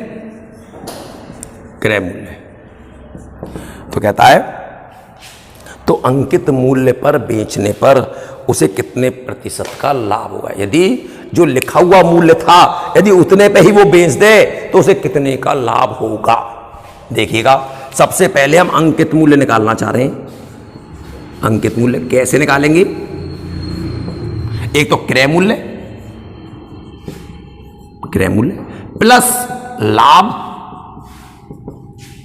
क्रय मूल्य प्लस लाभ भी उसमें जोड़ेंगे, प्लस हमें तो अंकित मूल्य निकालना है, तो इसका मतलब ये तो आ गया विक्रय मूल्य। क्रय मूल्य प्लस लाभ विक्रय मूल्य होता है। अब हमें अंकित मूल्य निकालना है, जो लिखा हुआ है, तो जो छूट दी है वो भी इसमें जोड़नी पड़ेगी, तब अंकित मूल्य आ जाएगा। क्रय मूल्य कितना है, 320 प्लस लाभ 320 का 15% और प्लस छूट कितनी है, 32 रुपए की। 0 से 0 कटा, 5 3 15, 5 दूनी 10, 2 से 16 बार, 320 प्लस 48 प्लस 32, जोड़िए 400 रुपए। इसका मतलब जो उस पर लिखा हुआ है, कितने रुपए लिखे हुए हैं, अंकित मूल्य 400 रुपए है। अब इस रुपए में बेचने पर उसे कितना लाभ होगा, प्रतिशत लाभ क्या होता है, प्रतिशत लाभ बटे क्रय मूल्य गुणा 100। लाभ कितना होगा, 400 रुपए में यदि वो बेचे क्रय लिखित मूल्य पर और 320 की खरीदी तो लाभ आ गया, बटे क्रय मूल्य कितना है 320 गुणा 100, 80 बटे 320 गुणा 100, 0 से 0 कटे, 8 चौक 32 और 4 से 20 बार, 4 से 25 बार, सॉरी 25% का लाभ होगा। अगला क्वेश्चन देखते हैं। अगला क्वेश्चन क्या कहता है, अगला आ गया निर्देशांक ज्यामिति का। निर्देशांक ज्यामिति में क्या कहता है वो, एक त्रिभुज के शीर्ष दे रखे हैं उसने 15, 4,6, 2, -2, 0,2। इसका केंद्रक बताओ। और केंद्रक के लिए आपको मैंने बताया था, कभी भी केंद्रक निकालना हो, तीनों सिरों के भुजों को जोड़ो, 3 का भाग, तीनों सिरों की कोटियों को जोड़ो, 3 का भाग, 6 में 2, 3 का भाग करोगे 2, 2 से 2 कट जाएगा, 6 में 3 का करो 2, तो केंद्रक आ गया 3,3 तो 2,2। 16वां क्वेश्चन क्या कहता है, ये कहता है 1,2 x, -1 और 4,5 संरेख हैं, तो x का मान बताओ। जरा ध्यान दीजिएगा, संरेख है, त्रिभुज का क्षेत्रफल बराबर 0 कर दोगे तब भी x का मान आ जाएगा, लेकिन हम ऐसे नहीं करेंगे। जब भी 3 बिंदु संरेख आएंगे तो हम करेंगे इन दोनों की प्रवणता बराबर इन दोनों की प्रवणता। और प्रवणता आपने सीखी है, यदि बिंदु मालूम हो तो y2 - y1 बटे x2 - x1। तो इन दोनों की प्रवणता क्या होगी, y2 - y1 बटे x2 - x1, y2 - y1 बटे x2 - x1, माइनस के 3 बटे x -1 बराबर 6 बटे 4 - x। यदि आप यहां काटना चाहो तो काट लो, 3 दूनी 6, माइनस का गुणा करोगे तो माइनस का 4 और प्लस का x, और इधर गुणा करेंगे 2x - 2। अब आप x को इधर ले आओ, 2 को इधर ले आओ, -4 + 2 बराबर 2x - x, x बराबर -2। x की वैल्यू कितनी है, -2। इसका आंसर है डी सही। अब 16 के बाद आता है 17। 17वां क्वेश्चन कहता है एक त्रिभुज का एक कोण, पहला कोण जो है 3π/10 है, दूसरा कोण 66 अंश है, तीसरा कोण पता करना है रेडियन में, साफ साफ लिखा है रेडियन में। तीसरा कोण, जब रेडियन में वो हमसे कह ही रहा है तो इसे भी क्यों ना रेडियन में चेंज कर लें। ये रेडियन में होता कितना है, 66 इंटू पाई बटे 180 का गुणा कर दो तो रेडियन में बदल जाता है। 6 से 11 बार और 6 3 30, 11 पाई बटे 30। अब त्रिभुज के तीनों कोणों का योग कितना होता है, 180। 180 का मत होता है पाई रेडियन, पाई लिख देते हैं रेडियन में। अब पहला कोण 3 पाई बाई 10, दूसरा 11 पाई बाई 30 प्लस तीसरा निकालना है। तीसरा क्या होगा, तीसरा होगा pi minus 3 pi by 10 minus 11 pi by 10। 30 लघुत्तम, ये 30 पाई हो जाएगा, ये 3 पाई और ये 11 पाई। 30 में से 14 पाई गए, 16 पाई बटे 30। काट लो, 8 पाई बटे 15। तो तीसरा कोण कितना आ गया, 8 पाई बटे 15। इसमें ऑप्शन तो है ही नहीं, इसमें से इनमें से कोई नहीं है, लेकिन एक बार चेक कर लेते हैं। पहला 3 पाई बटे 10 ठीक है, दूसरा 66 है, 66 है मैंने सही लिखा, 66 है तो मैंने इसे रेडियन में चेंज कर लिया, पाई बटे 180 गुणा करा, 6 कम 6 6 कम 6 6 3 18 बिल्कुल सही कह पाई। और फिर कहता है तीसरा कोण निकालो, तीसरा कोण रेडियन में निकालो। तीसरा निकाला, पहला प्लस दूसरा प्लस तीसरा बराबर पाई।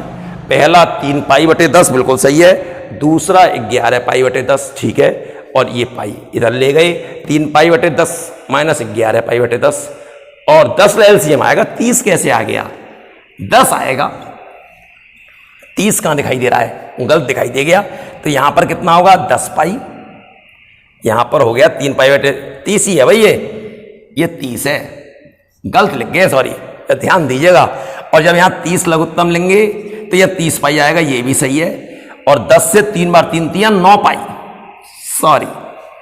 और ये तो ध्यान से 30 में से 20 गए, 10 पाई, और 10 पाई 0 से 0 कट जाएगा, पाई बाई 3।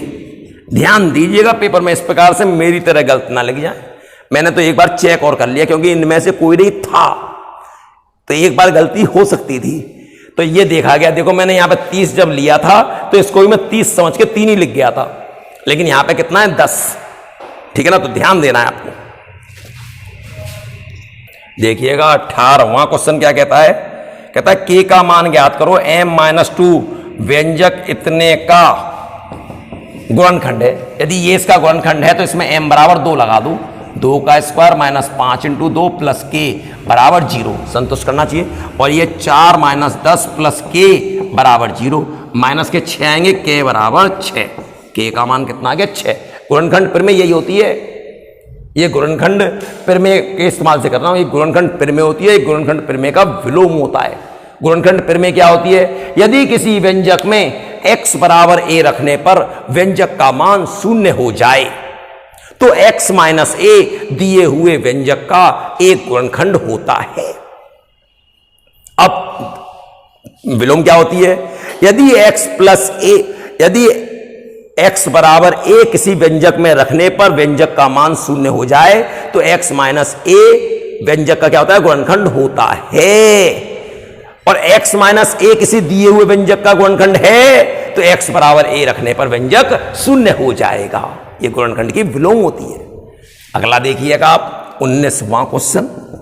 19वां क्वेश्चन कहता है, यदि 4 वस्तुओं का क्रय मूल्य 3 वस्तुओं के विक्रय मूल्य कह रहा है, 4 वस्तुएं इनका क्रय मूल्य बराबर है 3 वस्तुओं के विक्रय मूल्य के, विक्रय मूल्य। तो कहता है कि मूल्य के बराबर, तो लाभ का प्रतिशत क्या होगा।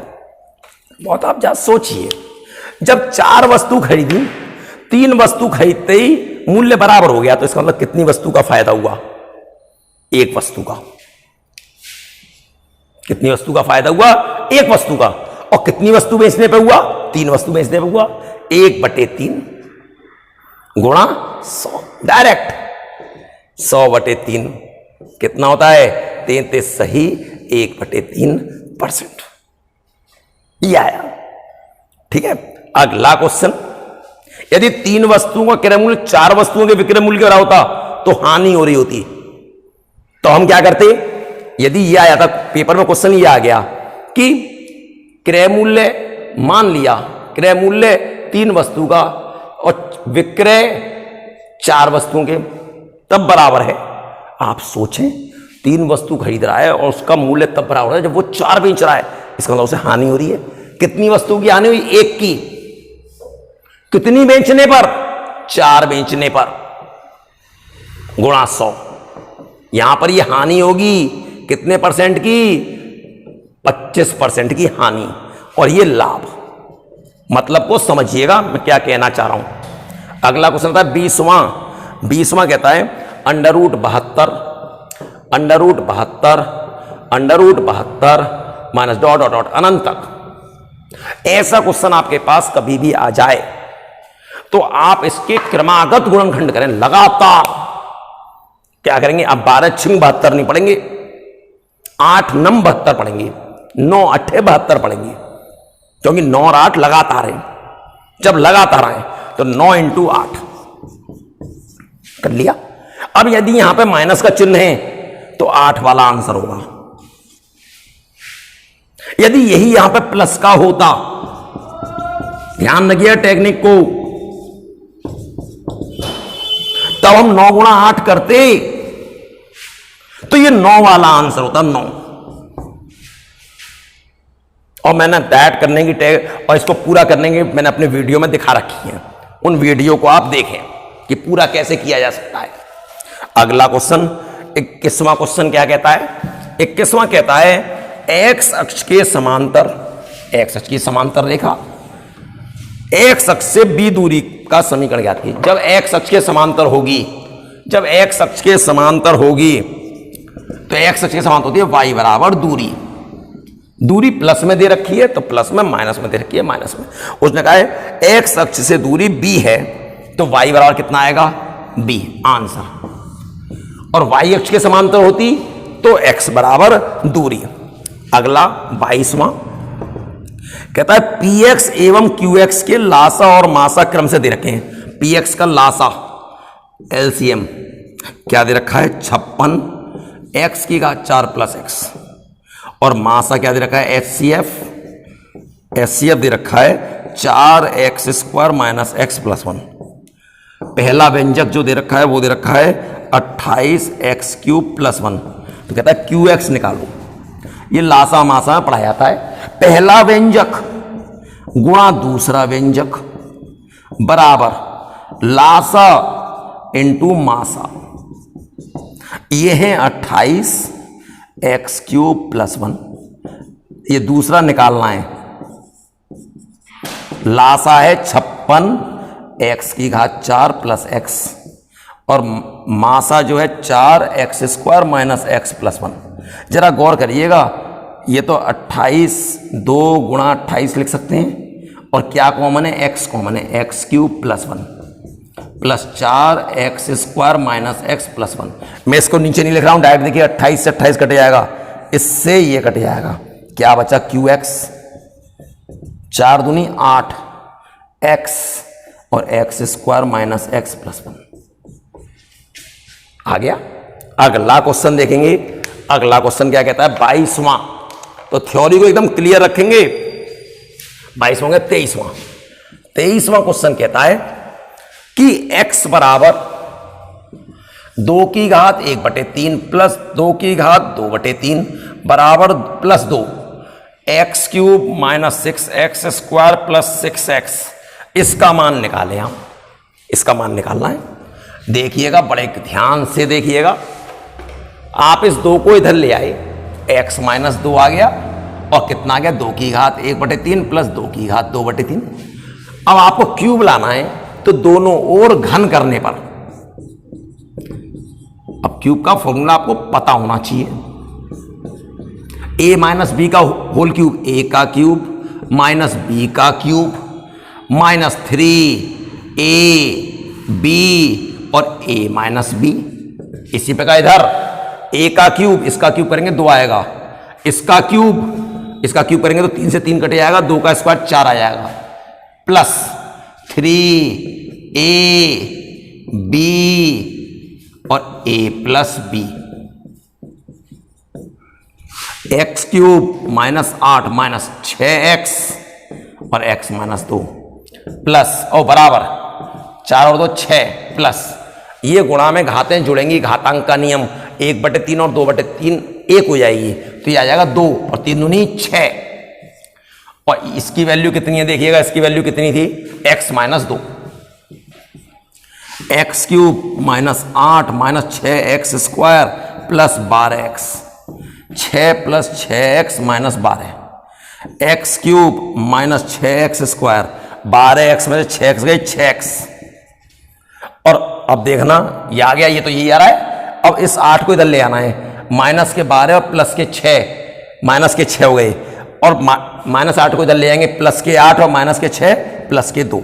आंसर कितना आ गया इसका 2। तो कौन सा आंसर है इसका, बी। अगला आंसर, अगला क्वेश्चन देखिए 24वां देखिए क्या कहता है।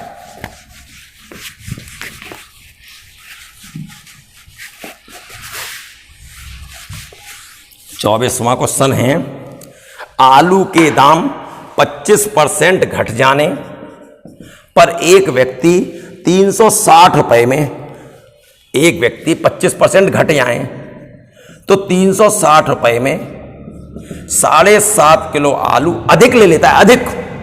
तो आलू का वास्तविक मूल्य बताइए। देखिएगा मैं करके भी दिखाता हूं और डायरेक्ट तरीका भी सिखाऊंगा। माना आलू का मूल्य x रुपए है, तो जब पहले वो आलू खरीदेगा तो कितने खरीदेगा, दाम ये 1 किलो के कुल इतने रुपए खरीद रहा है, तो कितना किलो खरीदा उसने, 360/x kg खरीदा। अब दाम 25% कम हो गए तो x के कितने परसेंट बचे, 75%। 75% 2/3 होता है, आपको मालूम होनी चाहिए कायदे में। 25 तियां 75, 3/4, सॉरी 3/4, 2/3 तो 2/3 कितना होता है उसका, 2/3, 1/3 उसका 1/3 होता है, 1/3 होता है, 33 सही 1/3%। तो ये बातें अलग। और 2/3 होता है 66 सही 2/3%। मैं, आप साइंस के यदि स्टूडेंट हो तो आपको इतना याद करने की जरूरत नहीं, 75% ही आ गया, मतलब अब दाम हो गए 3x/4।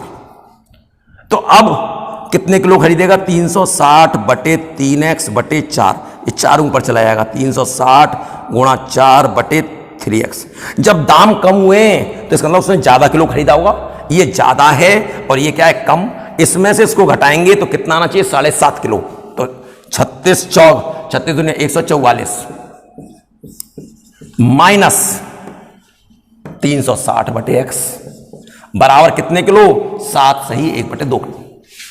अब जरा और करें, 3x लघुत्तम ले लिया 1440 माइनस गुणा करोगे 1080 बराबर 15/2, घटाओ 0, 14 में से 8 गए 6, 3 में से 0 गए 3/3x, 15/2, बिल्कुल सही है।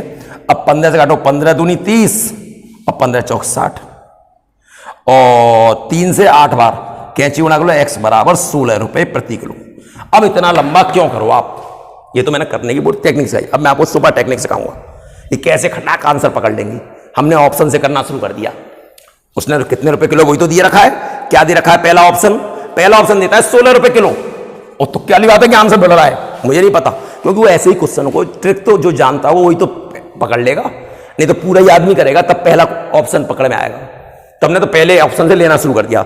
जब 16 रुपए किलो है, 360 रुपए का खरीदना है, तो 360 में 16 का भाग कर दिया, 4 चौक 16, 4 नम 36 0, 2 का भाग करेंगे 45/2, और ये कितना आ गया 22.5 किलो। और जब 25% दाम कम हो रहे हैं, इसके 25% कम हो रहे हैं, 25% होता है चौथाई, 16 का चौथाई कितना हो जाएगा, 4 रुपए कम हो गए, तो कितने रुपए किलो हो गया, 12 रुपए किलो। अब कितने किलो खरीदेंगे, 360 में 12 का भाग करा 30 किलो। अंतर देखो 7.5 किलो आ रहा है कि नहीं आ रहा, 30 किलो में से 22.5 किलो घटाओ, कितना आ गया, 7.5 किलो आ गया। डायरेक्ट आंसर पकड़ लिया। 25वां क्वेश्चन देखेंगे, देखिए 25वां क्वेश्चन क्या कहता है, किसी रेखा पर मूल बिंदु से डाले गए लंब, ये रेखा है, इस पर मूल बिंदु से डाले गए लंब की लंबाई p तथा x अक्ष से अल्फा कोण आता है, ये लंब बना रहा है, ये लंब है। तो कहता है रेखा का समीकरण ज्ञात करो। इसका मतलब किस रूप में? लंब रूप में रेखा का समीकरण, लंब रूप में रेखा का समीकरण। x cos alpha plus y sin alpha बराबर p। लाइन वाली आप जब पढ़ोगे, मेरी लाइन की मैंने डाल रखी है, वो उसमें पूरी बातें सारे फॉर्मूले क्लियर कर रखे हैं, उसमें ये है। अब अगला देखेंगे, अगला क्वेश्चन देखिए 26वां क्वेश्चन ये कहता है कि त्रिभुज बना रखा है ये, और ये ए बी और ये सी, ये आगे बढ़ा है, ये 120 अंश है, कहता है ये 40 है, तो ये x बता। अरे भैया ये बहिष्कोण है, बहिष्कोण इन दोनों कोणों के योग के बराबर होता है, तो 120 में 40 घटाओ तो ये 80 आ जाएगा, x बराबर 80। अगला क्या कहता है 27वां कहता है cot 18 अंश, cot 72 अंश, cos स्क्वायर 22 अंश प्लस 1/10 72 अंश, sec स्क्वायर 68 अंश। कहता है कि इसका हल निकालना है। अब यदि इसका हल निकालना है तो आप ध्यान दीजिएगा, बस उतरे हुए सही होने चाहिए, बिल्कुल यही है। अब देखिए इसका अंदर गुणा करेंगे तो cot 18 अंश, cot 72 अंश, cos स्क्वायर 22 अंश, cot 18 अंश बटे 10 72 और sec स्क्वायर 68। अब देखना, यदि इसे 10 में बदलूंगा तो 90 में से 18 घटाऊंगा तो ये 10 72 हो जाएगा, और cot 72 को लिख सकते हैं 1/10 72, और ये cos स्क्वायर 22। अब ध्यान दीजिएगा, ऐसे बदलूंगा तो ये 10 72 हो जाएगा बटे 10 72 और sec स्क्वायर 68। इससे ये कैंसिल, इससे ये कैंसिल। और या ध्यान दीजिएगा, cos को यदि साइन में चेंज करूं तो क्या होगा, 90 में से घटाऊंगा तो 68 आएगा, तो ये आएगा sine square 68 plus 1/sec square क्या होता है cos स्क्वायर 68, और इन दोनों sine square theta plus cos square theta, इसकी वैल्यू कितनी होती है 1। ये भी हो गया। अगला क्वेश्चन देखेंगे अब आप 28वां देता है आपको कि sine a plus B into sine a minus B क्या होता है। खूब टेक्नोमेट्री मैंने सारे फॉर्मूले लिखवाए हैं। ये होता है sine square a minus sine square b। इसका हो गया बी आंसर सही है। अगला आइए 29वां, X cube plus 1/x cube minus 5x minus 5/x। इसका देखिए फैक्टर क्या होगा, a cube minus a cube plus b cube, a plus B, a square plus A B plus B square. इन दोनों में माइनस के 5 कॉमन, x प्लस 1/x। इसमें और इस पूरे में क्या कॉमन है, x प्लस 1/x। क्या बचेगा, x स्क्वायर, और ये a square plus A B plus B square होता है 1/x का स्क्वायर। तो क्या बचेगा, x square plus 1 plus 1/x square, और यहां ये पूरा कॉमन आया तो क्या बचेगा, माइनस का 5। तो क्या बचा, x plus 1/x, x square plus 1/x square plus का 1 और माइनस का 4, माइनस का 5 माइनस का 4 हो गया। अभी इसके और फैक्टर कर रखें, अब इन फैक्टरों पर ध्यान दीजिएगा। क्या देता है वो, x प्लस 1/x। यदि इसके और फैक्टर करे जाएं तो ये कितने आएंगे, ये x प्लस 1/6।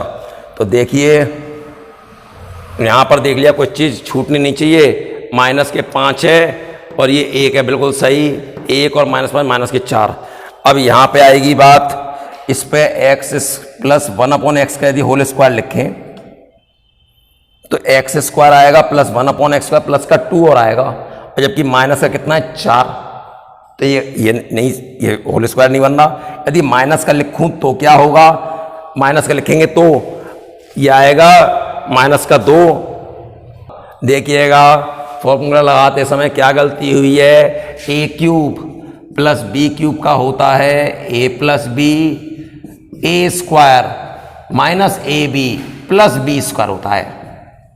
और हमने क्या लगाया हुआ है, हमने यहां लगा दिया a² प्लस b²। यहां माइनस का a भी आएगा और ये माइनस आएगा तो ये भी माइनस होगा, और ये माइनस होगा तो यहां कितना आएगा, माइनस का 6। अब मैंने इसे x माइनस 1/x का होल स्क्वायर लिखा, x² प्लस 1/x² माइनस के 2 भी आएंगे तो माइनस का 2 आ जाएगा, और ये माइनस के कितने 6, तो इसको माइनस का 4 लिखना पड़ेगा। देख लीजिए आप, बिल्कुल सही है। अब देखिएगा x प्लस 1/x का होल स्क्वायर, ये x माइनस 1/x का होल स्क्वायर, और ऐसे 2 का स्क्वायर लिख सकते हैं।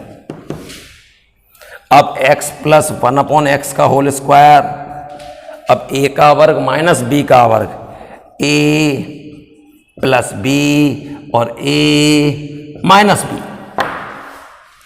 ठीक है, अगला क्वेश्चन देखते हैं।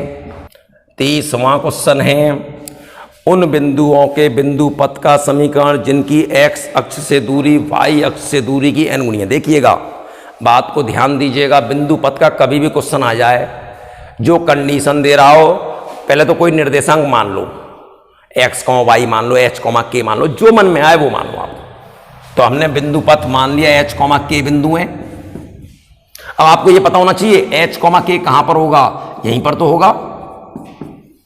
अब ये h, k है तो इसका मतलब क्या, लंब डाला, ये h है और ये k है। यदि गौर करें तो इस बिंदु की x अक्ष से दूरी कितनी है, k, मतलब कोटि के बराबर। और यदि y अक्ष से दूरी पूछे तो किसके बराबर है, भुज के बराबर। तो x अक्ष से दूरी किसके बराबर होती है, कोटि के बराबर, और y अक्ष से भुज के बराबर होती है। तो बात को सुनिएगा, क्या कहता है, कहता है x अक्ष से दूरी y के बराबर कोटि के, y अक्ष से दूरी h के बराबर, कहता है n गुनी है, ये n गुनी है, तो इसको n गुना करेंगे तभी तो बराबर होगा। अब अभिष्ट समीकरण क्या होगा, h की जगह x, भुज की जगह x और कोटि की जगह y, y बराबर nx, y बराबर क्या आ गया, nx। इसका आंसर 30वें का ए सही है। 31वां क्वेश्चन आता है, दिए गए चित्र में, चित्र ये दिया हुआ है PQR, और ये कोई रेखा ये इस पर दे रखी है M, और इस पे O बिंदु भी दे रखा है। पढ़ते हैं क्या दे रखा है। चित्र में कोण PQR ये 90 अंश का है, O PQR का केंद्रक है, ये केंद्रक है, O केंद्रक है, ठीक है। PQ बराबर 5 और QR बराबर 12, तो कहता है OQ का मान बताओ, इसका मान बताओ, इसका मान चाहिए हमें, ये केंद्रक। अब जरा ध्यान देंगे, पहले आप ये निकालेंगे, ये कितना होगा, ये 5 है और ये 12 है, तो ये कितना आएगा, 13। और जब ये 13 आ जाएगा, अब केंद्रक होता क्या है, केंद्रक के बारे में सुनिएगा। केंद्रक होता है माध्यिकाओं के कटान बिंदु को केंद्रक कहते हैं, तो इसका मतलब ये माध्यिका है। तो कौन सी प्रमेय लगेगी, अपोलोनियस की प्रमेय होती है माध्यिका प्रमेय। माध्यिका प्रमेय होती क्या है, दोनों साइडों के भुजाओं का वर्ग, ये माध्यिका है तो ये मध्यबिंदु है, ये 13/2 ये भी हो जाएगी और 13/2 ये भी हो जाएगी। तो इसका क्या होती है प्रमेय, QP का वर्ग प्लस QR का वर्ग, इन दोनों भुजाओं के वर्गों का योग दुगना कर लीजिए, दुगना, चाहे ये ले लीजिए चाहे ये ले लीजिए, दोनों बराबर हैं। RM का वर्ग प्लस QM का वर्ग। अब QP का वर्ग कितना है, 5 का वर्ग प्लस 12 का वर्ग बराबर 13/2 का वर्ग प्लस QM का वर्ग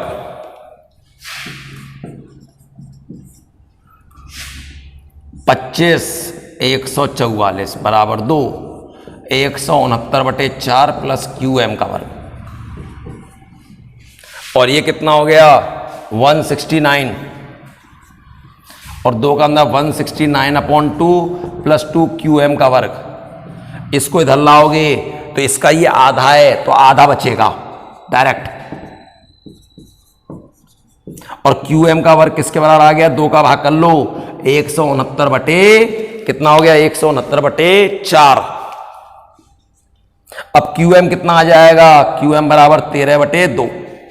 ये पूरी कितनी आ गई 13/2, परंतु ध्यान दीजिएगा ये पूरी 13/2 है, और केंद्रक शीर्ष से कितनी नीचाई पे होता है 2:3 में होता है, 2:1 में होता है, 2:1 में होता है। तो ऊपर वाली कितनी होगी QM, अब हमें OQ निकालनी है, OQ होगी ये 2:1 और ये 1:1, तो कितना होगा हमें ऊपर वाला चाहिए, तो 2 बटे पूरी कितनी है 3 इंटू QM। और ध्यान दीजिएगा इसका आंसर पर कौन सा ऑप्शन है, ये यहां पर दे रखा है 2/3 इंटू QM का 13/2, 2 से 2 कट गया, 3 चौक 12 1/3 सेंटीमीटर है, आंसर है, इसका आंसर सी सही है। तो ध्यान दीजिएगा बहुत अच्छा शानदार क्वेश्चन है, कह रहा है ये O जो है ये केंद्रक है, केंद्रक है तो माध्यिका पर स्थित होगा, तो सबसे पहले हमने माध्यिका की लंबाई निकाली इससे, अपोलोनियस प्रमेय से, माध्यिका प्रमेय से। जब ये निकल गई तो आपको ये पता होना चाहिए केंद्रक जो होता है वो शीर्ष से 2:1 में काटता है, तो ये 2:1 है, और ये कितना अनुपात है 1:1 है। अब ऊपर वाला अनुपात निकालना है, तो 2 बटे कुल कितना है 3 और गुणा ये पूरी लंबाई। यदि नीचे वाला निकालना होता तो 1/3 करते हम, तो ये बात आपको ध्यान रखनी है। 32 क्या कहता है, 32वां क्वेश्चन कहता है कि 0,5 5,0 और 2,2 से बना त्रिभुज होगा। कैसा त्रिभुज होगा, AB और C। AB कैसा और कैसा भी त्रिभुज निकालना, सबसे पहले उसकी लंबाई निकाल लीजिए। 5 में से 0 गए 5 कर 25 प्लस 25 √50 5√2। BC निकाला, 2 में से 5 गए 3 का 9, 2 में 0 2 2 का 4 √13। और CA क्या होगा, इसमें से घटाइए, 0 में से 2 गए 2 2 का 4 और 5 में 2 गए 3 3 का 9 √13। अब देखिए दो भुजा बराबर आ रही हैं तो समद्विबाहु तो होगा। अब ऑप्शन पढ़ेंगे, समकोण, समकोण नहीं है, समकोण कब होता है जबकि किसी एक भुजा का वर्ग अन्य दो भुजाओं के वर्गों के योग के बराबर हो। फिर है समबाहु, तीनों बराबर नहीं है लेकिन दो तो बराबर हैं, BC और CA तो बराबर है, तो इसका मतलब कैसा हो गया समद्विबाहु। इसका आंसर होगा D। 33वां टंकी का क्वेश्चन आ गया, क्या कहता है, एक नल एक टंकी को 5 घंटे भरता है। A जो है वो 5 घंटे में भरता है, तो 1 घंटे में कितनी भरेगा, 1/5। फिर कहता है B जो है दूसरा उसे 10 घंटे में भर सकता है, तो 1 घंटे में कितना भरेगा, 1/10।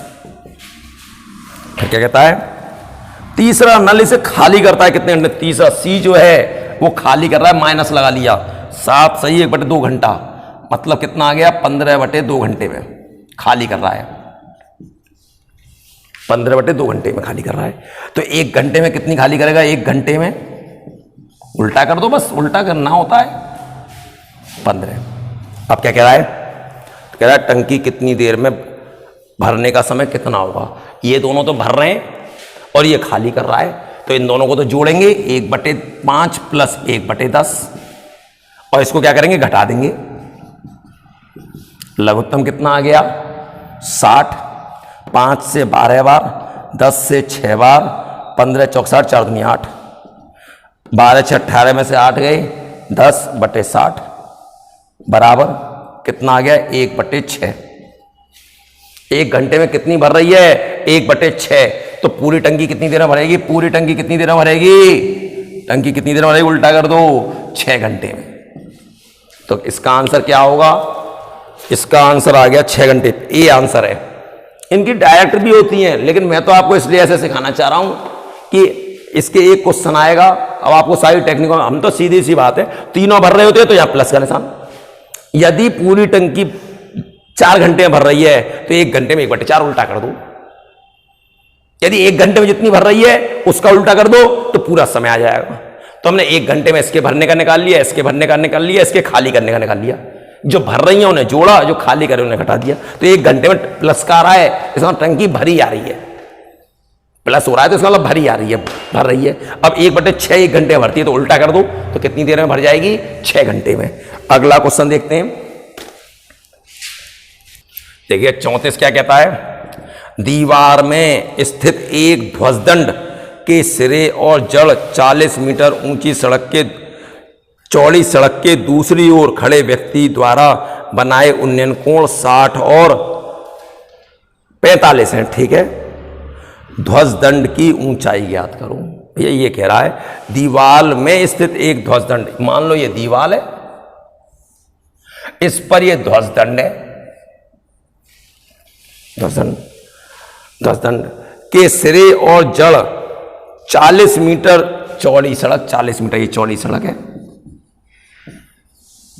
40 मीटर चौड़ी सड़क, खड़े व्यक्ति द्वारा उन्नयन कोण पहले किसका बनाया रहा है? दूसरी ओर खड़े व्यक्ति द्वारा किस किस के? सिरे और जड़। पहले तो सिरे का और फिर जड़ का। सिरे का तो 60 अंश है और जड़ का 45 अंश। तो ध्वजदंड की ऊंचाई ये ज्ञात करनी है, खाली इतनी बात सुनिएगा। बड़ा सिंपल, समकोण त्रिभुज में यदि एक कोण 45 का हो तो लंब और आधार बराबर होते हैं। जो 40 ये तो 40 ये भी होगी, हो गया। अब बड़े वाले त्रिभुज में देखो, कोण मालूम है, ये भुजा एक निकालनी है, ये पता है, तो tan 60 बराबर लंब, पूरा लंब बटे आधार, इसका मान √3 क्रॉस मल्टीप्लाई h + 40 बराबर 40 √3, h बराबर 40 कॉमन √3 - 1 मीटर। बिल्कुल बात क्लियर है? ठीक है। अगला क्वेश्चन क्या कहता है? अगला 35वां कहता है यदि किसी शहर की जनसंख्या 10% प्रतिवर्ष बढ़ रही है, 3 वर्ष पूर्व जनसंख्या कितनी थी? 3 वर्ष पूर्व पूछना चाह रहा है। यदि वर्तमान में जनसंख्या कितनी है? वर्तमान में 13,310 है, तो 3 वर्ष पहले कितनी थी?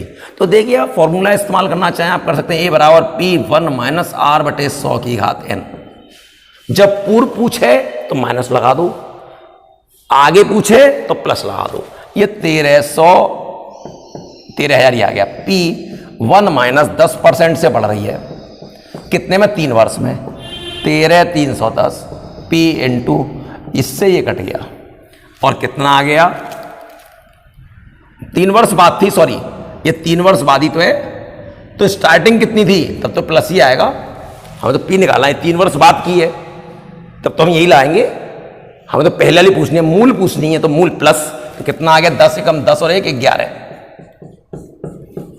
और ये कितना आ गया? 13,310 बराबर P × 13, इसका आता है 11 का क्यूब कितना होता है? 11 का 121, 1331 बटे 1000, इससे ये कितने कट गया? 10 बार। P बराबर 10,000। और वैसे भी यदि आप ऑप्शन से करना चाहो तो ऑप्शन से भी कर सकते हो। आपने कैसे? ये बताओ, जब 13,310 अब हो रही है तो इससे पहले तो इससे कम होगी, तो ऑप्शनों को देखो, 3 में वाकई में कम है, तो 11,000 पहले हमने मानी 11,000, 10% से बढ़ रही है तो इतनी तो आनी चाहिए। 11,000 का 10% कितना होता है? 11,000 का 10% कितना होगा? 1100। फिर 1100 दूसरे साल भी और तीसरे साल भी।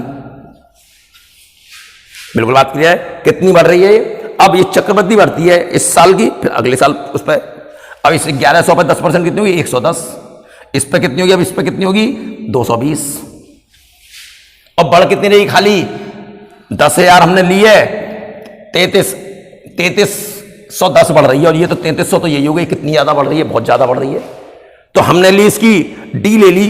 डी पे 10,000 रुपए दी। आप चेक करोगे, जब 10,000 रुपए चेक करोगे तो कितना आएगा? पहले भी कितना आएगा निकालने का तरीका ये रहा। 10,000 की 10% हुई 1,000, फिर 1,000 3 साल बढ़ रही है, फिर 1,000, फिर इस 1,000 का 10% 100, अब ये 2,000 हो जाएगी।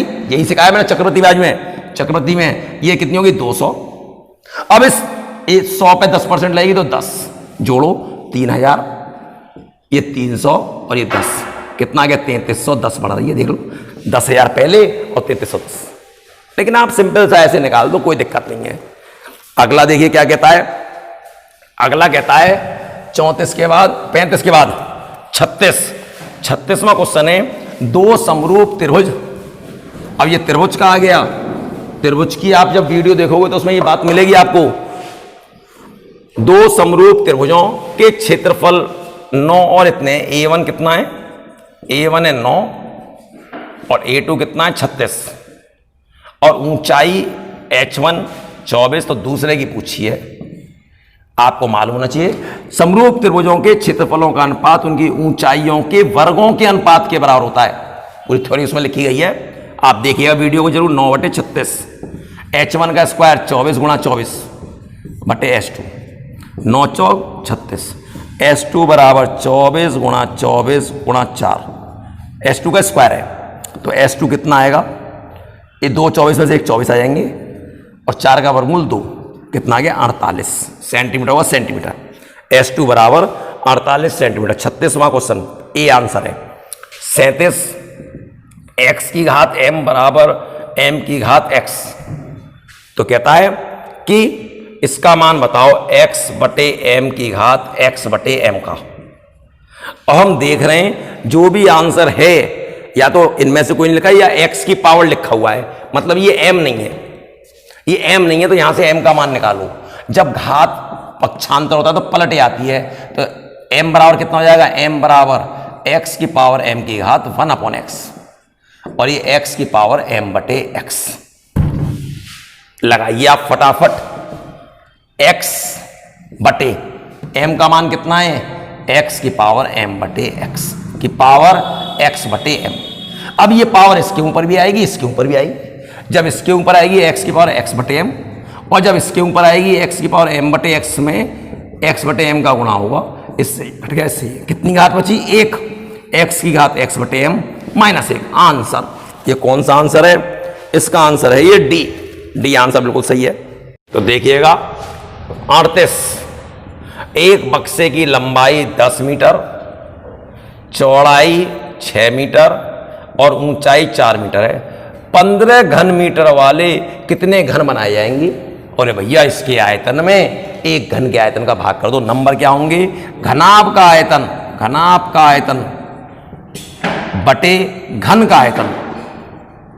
आयतन घनाभ का आयतन 10 गुणा 6 गुणा 4 बटे 15।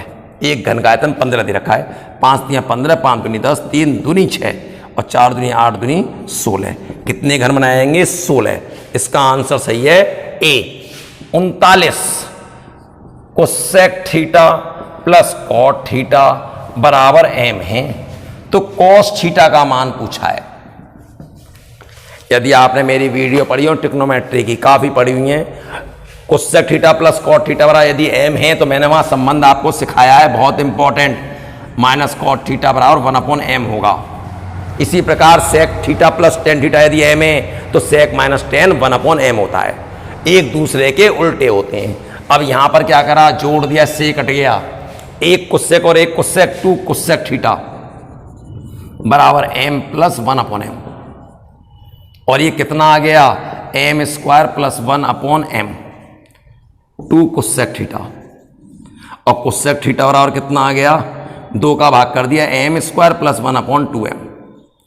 और ये साइन थीटा कितना आ जाएगा? उल्टा कर दिया, 2m बटे m स्क्वायर प्लस 1। यदि आप चेक करो, यदि त्रिभुज पे चेक करें तो यदि लंब 2m है तो m स्क्वायर प्लस 1 है। इसके वर्ग में से इसका वर्ग घटाओ। मैं तो डायरेक्ट लिख दूंगा m स्क्वायर माइनस 1 आएगा। अब कैसे आ जाएगा? जब मैं इसका वर्ग खोलूंगा तो क्या आएगा? एम स्क्वायर, एम किया 4 + 1 + 2m स्क्वायर, और इसमें से 4m स्क्वायर घटेगा, इसका वर्ग घटेगा। जब इसके वर्ग में से इसका वर्ग घटाते हैं, ये तो करते हैं, और फिर उसका क्या लेते हैं हम, वर्गमूल, ये भुजा निकालने के लिए। अब ये कितना आ गया, m की घात 4 + 1 प्लस के 2 और माइनस के 4 माइनस के 2m स्क्वायर। जब प्लस का था तो प्लस का होल स्क्वायर बनना था, अब माइनस का है तो किसका होल स्क्वायर बनेगा, माइनस का होल स्क्वायर से मैंने वर्गमूल हटा दिया, ये आ गया।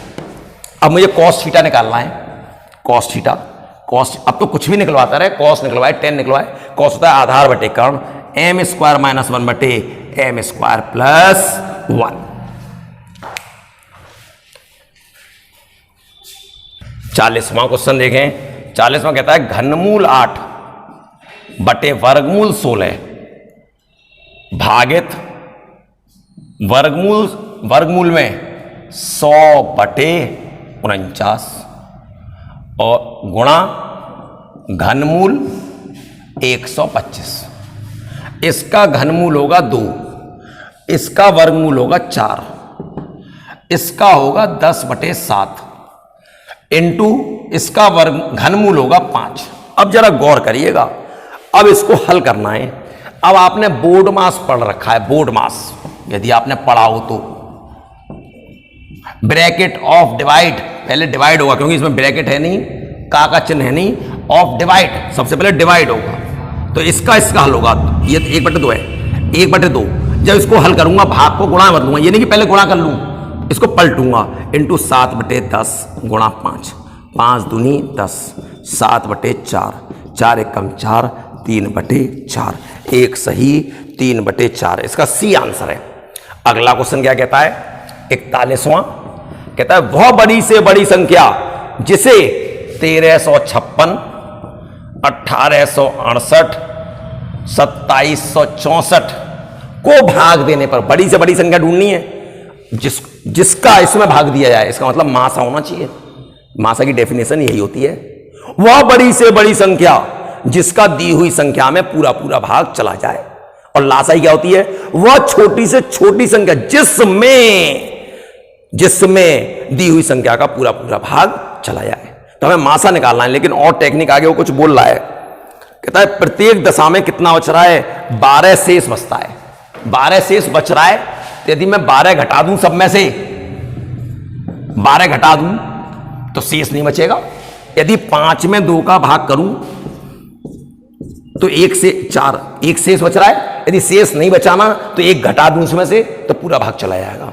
तो यही काम मैंने यहां करा, कितना आ गया, 4 4 3 1 4 6 5 18 2 5 7 2, अभी आ गया, इसका मतलब पूरा पूरा भाग चला जाएगा। अब इसका मुझे क्या निकालना है, मासा। आप आराम से ऐसे कर लीजिएगा, 13 44 1856 और 2752, आप सबके अलग अलग गुणनखंड कर लेना, और जो सब में कॉमन होता है वही उसका मासा होता है। सरल है इसलिए मैं छोड़ रहा हूं कि वही उसका मासा होता है। तो इसका जो आंसर आएगा, इसका आंसर आएगा 64। ठीक है, अगला क्वेश्चन देखेंगे, 42वां क्वेश्चन। ये व्रत है, इसमें वर्ग बना हुआ है, वर्ग कहता है व्रत का क्षेत्रफल 3850 दे रखा है वर्ग मीटर। तो कहता है वर्ग का क्षेत्रफल बताओ, वर्ग का। आपको पता होना चाहिए कि वर्ग का क्षेत्रफल निकालने के लिए भुजा मालूम होनी चाहिए, भुजा x। अब जब इसमें वर्ग बनेगा, तो जब वर्ग बनेगा तो ये क्या होगा, इसका व्यास होगा, विकर्ण व्यास के बराबर होता है। तो पहले मुझे इसकी त्रिज्या पता होनी चाहिए। तो मैंने पाई r स्क्वायर 3850 22 बटे 7 r स्क्वायर बराबर 3850, 11 दूनी 22, 11 तीन 33, 11 2 से 175, r स्क्वायर बराबर 7 इंटू 175, 7 इंटू इसके फैक्टर यदि आप करना चाहें, 5 करा एक तो 5 3 15 और 5 25, फिर 5 गुणा 7 ही आ जाएगा। तो r बराबर आ गया 35। देख लो, जोड़ा कॉमन आता है, 2 7 में से 1 7, 2 5 में से 5, ये आ गया मीटर। मीटर में ही चल रहा है शायद, मीटर। अब ये r आ गया। अब इसका विकर्ण होता है x√2, और ये विकर्ण किसके बराबर होगा, व्यास के। और मैंने पिछले वीडियो में लिखवाया भी है, मैंने √2 का भाग कर दिया था, √2r होती है कि कभी भी वृत्त के अंदर यदि वर्ग बनना हो तो वर्ग की भुजा √2r होती है डायरेक्ट। √2 इंटू त्रिज्या है 35r √2। अब क्या कहता है, हमें क्षेत्रफल चाहिए, क्षेत्रफल किसका, वर्ग का, x का वर्ग, 35√2 का वर्ग, 35√2 इंटू 35√2 और गुणा करो √2 का √2 और इसका वर्ग करेंगे 55, 25 का 5, 2 हासिल, 5 या 15, 15 दूनी 30 और 2, 32 का 2, 3 हासिल और 3 या 9 और 3 12 और ये 2450 मीटर स्क्वायर। वर्ग का क्षेत्रफल कितना आ गया, 2450। अब आता है 43वां क्वेश्चन। 43वां क्वेश्चन कहता है एक ठोस गोले को पिघलाकर 10 मिलीमीटर व्यास का तार खींचा गया तो त्रिज्या कितनी होगी, 5 मिलीमीटर। अब गोले की त्रिज्या कितनी है, 9 सेंटीमीटर। तो तार की लंबाई क्या, तो तार का आयतन बराबर गोले का आयतन, तार का आयतन बराबर गोले का आयतन, आयतन तार का आयतन, बेलनाकार होता है तार, पाई r², r मिलीमीटर में तो सेंटीमीटर में 5/10 इंटू 5/10। लंबाई पूछिए, h निकालना है और गोले का आयतन 4/3 पाई r³, 9 गुणा 9 गुणा 9, पाई से पाई कटा, 5 दूनी 10, 5 दूनी 10, 3 तियां 9, h बराबर 2 दूनी 4, 4 चौक 16 गुणा 3 गुणा 81, 16 इंटू 3 एक कम 3, 8 3 24, 16 3 48 का 4 हासिल, 16 चौक 64 और 4 68, 6 हासिल, 16 दूनी 32 और 6 38, 32 और 6 38।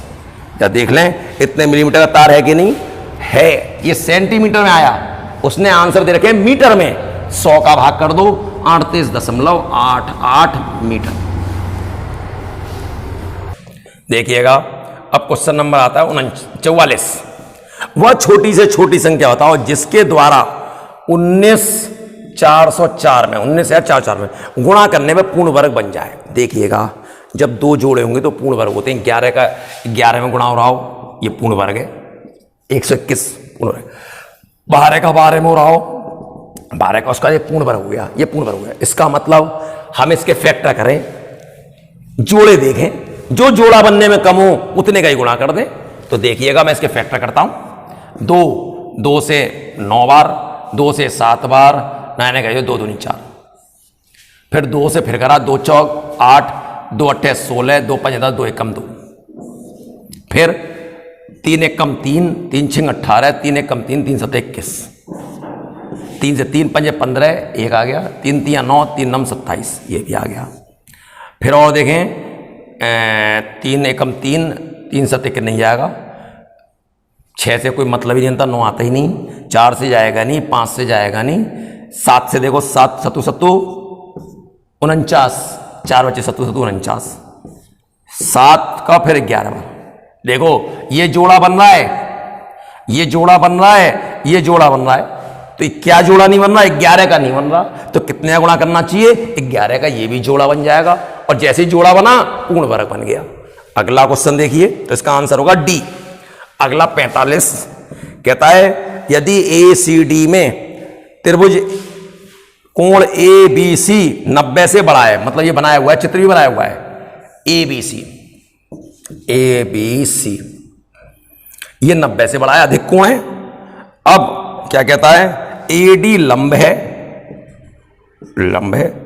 CB पर, CB को आगे बढ़ा दे, CB पर है, ठीक है। तो AC का स्क्वायर किसके बराबर होगा। अधिक कोण की पिर में होती क्या है, अधिक कोण त्रिभुज में अधिक कोण के सामने की भुजा का वर्ग अन्य दो भुजाओं के वर्गों के योग, बराबर का चिन्ह बाद में ला लेंगे, अन्य दो भुजाओं के वर्गों का योग तथा उनमें से एक भुजा कौन सी लेंगे, जो सीधी होती है, इन दोनों में से एक भुजा BC और दूसरी का प्रक्षेप कितना है, इसका प्रक्षेप कितना है BD के गुणनफल के दुगने के योगफल के बराबर होता है। यह अधिक कोण की प्रमेय। यदि आप मेरी त्रिभुज वाली वीडियो पढ़ोगे तो उसमें इस सारी प्रमेयों की डिटेल में बात की गई है। तो इनमें से कोई कौन सा मिल रहा है? ए बी का वर्ग प्लस बी सी का वर्ग plus 2bc into C D लिखा हुआ नहीं है, कोई सा भी नहीं है। तो इसमें कौन सा आंसर सही है? इसमें आंसर सही है सी, इनमें से कोई नहीं। 46वां क्वेश्चन देखिए। 46वां क्या कहता है? चित्र में उसने ये चित्र दे रखा है और ये इस पर, ये पिछले पेपर में भी था, यदि आप देखेंगे पिछले उससे पिछले वाले में जरूर था ऐसा ही। सी कहता है ए बी बराबर 4, यहां से यहां तक 4, बी सी बराबर 5, ये 5, तो ए डी का मान बताओ। वृत्त के किसी बाह्य बिंदु से खींची गई स्पर्शी का वर्ग उसी बिंदु से खींची गई छेदक रेखा के खंडों के गुणनफल, छेदक रेखा के खंड ए बी और ए सी के गुणनफल के बराबर होता है। ए बी कितना है? ए बी 4 और ए सी 5 और 4 9, और जब वर्गमूल लेंगे तो ए डी बराबर कितना आ जाएगा? इसका 2, इसका 3, 6 सेंटीमीटर। अगला क्या कहता है? अगला कहता है 47 कहता है एक वृत्त की त्रिज्या √2 सेंटीमीटर है। एक वृत्त की त्रिज्या √2 सेंटीमीटर त्रिज्या। वृत्त 2 सेंटीमीटर लंबी एक जीवा को 2 खंडों में, नहीं, वृत्त 2 सेंटीमीटर लंबी एक जीवा के द्वारा 2 खंडों में विभाजित होता है। ये वृत्त की जीवा 2 खंडों में विभाजित कर दिया, ये 2 है, इसकी त्रिज्या ये रही, ये भी √2, ये भी √2। तो क्या कहता है? दीर्घ वृत्तखंड का कोण, दीर्घ, जब इस जीवा ने काटा तो नीचे वाला तो छोटा है, लघु, दीर्घ होगा ऊपर। ये कोण कितने का होगा? जरा चेक करिए। इसका वर्ग 2 का वर्ग 4, √2 का वर्ग 2 और √2 का वर्ग 2, 2 और 2 4 हो गए। यदि किसी भुजा का वर्ग अन्य 2 भुजाओं के वर्गों के योग के बराबर हो तो उसके सबसे बड़ी भुजा के सामने का कोण समकोण होता है। फिर में लग गई। अब इसका ये आधा होता है, कितना आ जाएगा? 45। इसका आधा कितना होगा? 45। अगला क्वेश्चन, अगला कहता है 47 क्या? 48। 48वां क्वेश्चन है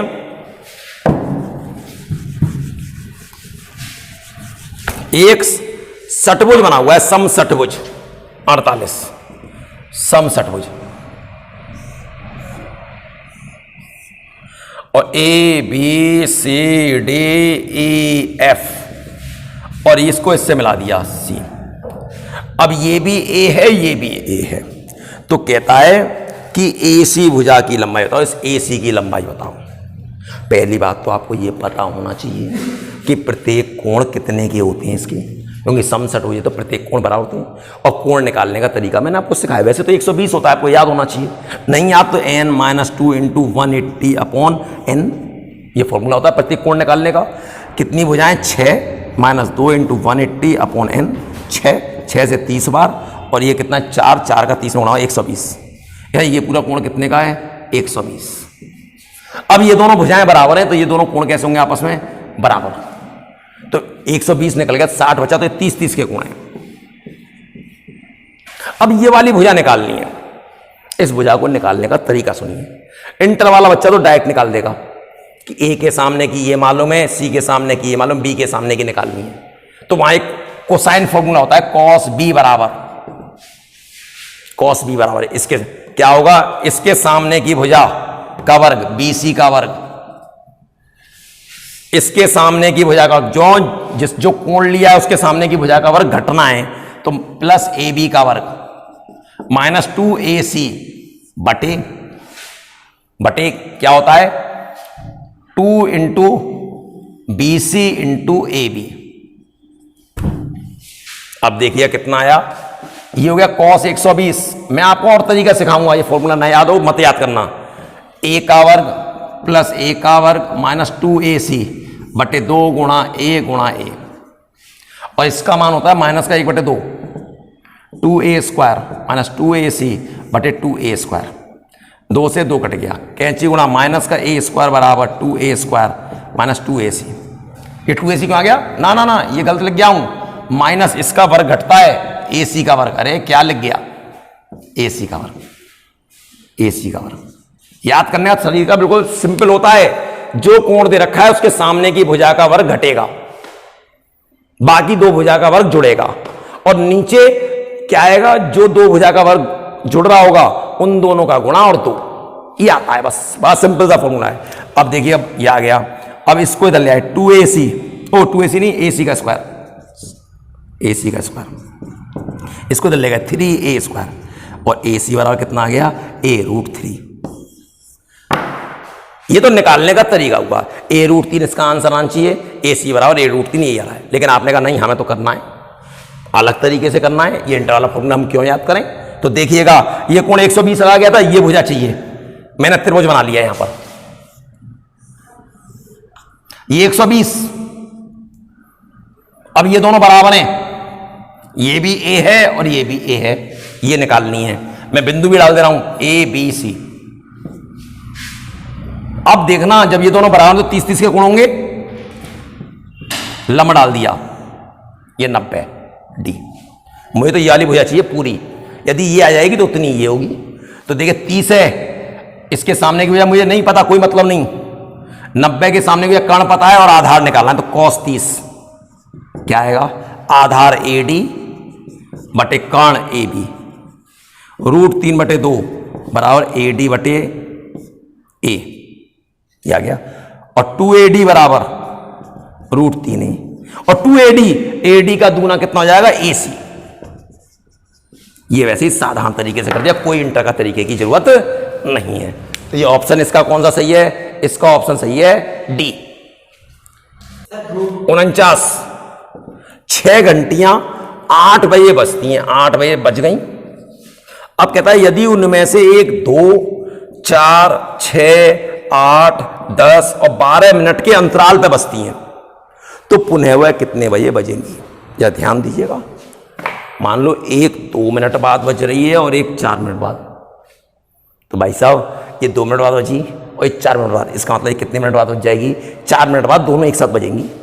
अरे पहली वाली तो 2 मिनट बाद बजी, यहां बज गई 2 मिनट बाद, दोबारा कितने मिनट बाद बजेगी? 4 मिनट बाद, लेकिन 4 मिनट बाद ये भी तो बज जाएगी, तो कितने बजे? यदि इन दोनों का लासा ले लें, 2 और 4 का लासा 4 होता है, तो 4।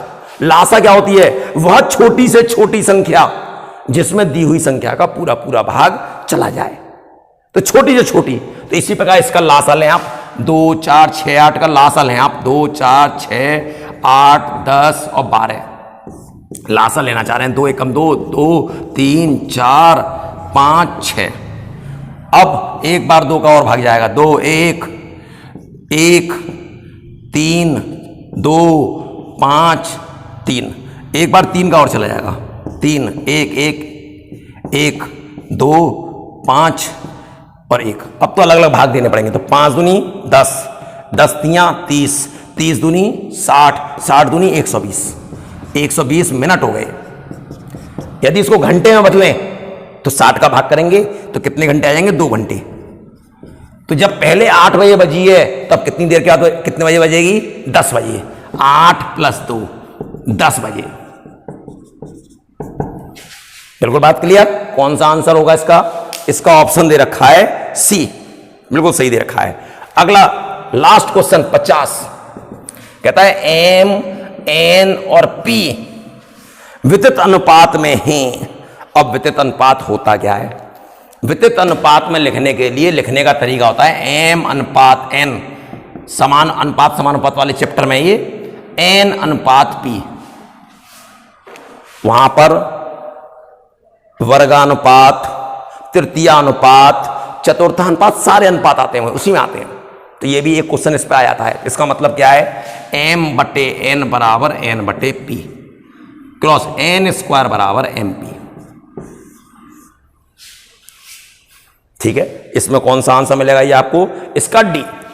अब बात को ध्यान से सुनिएगा, ये पेपर हुआ, पिछले जो पेपर हैं उससे थोड़ा सा आपको पूरा भी करा गया, पूरे पूरे क्वेश्चन भी, डायरेक्ट भी टेक्निक सिखाई गई।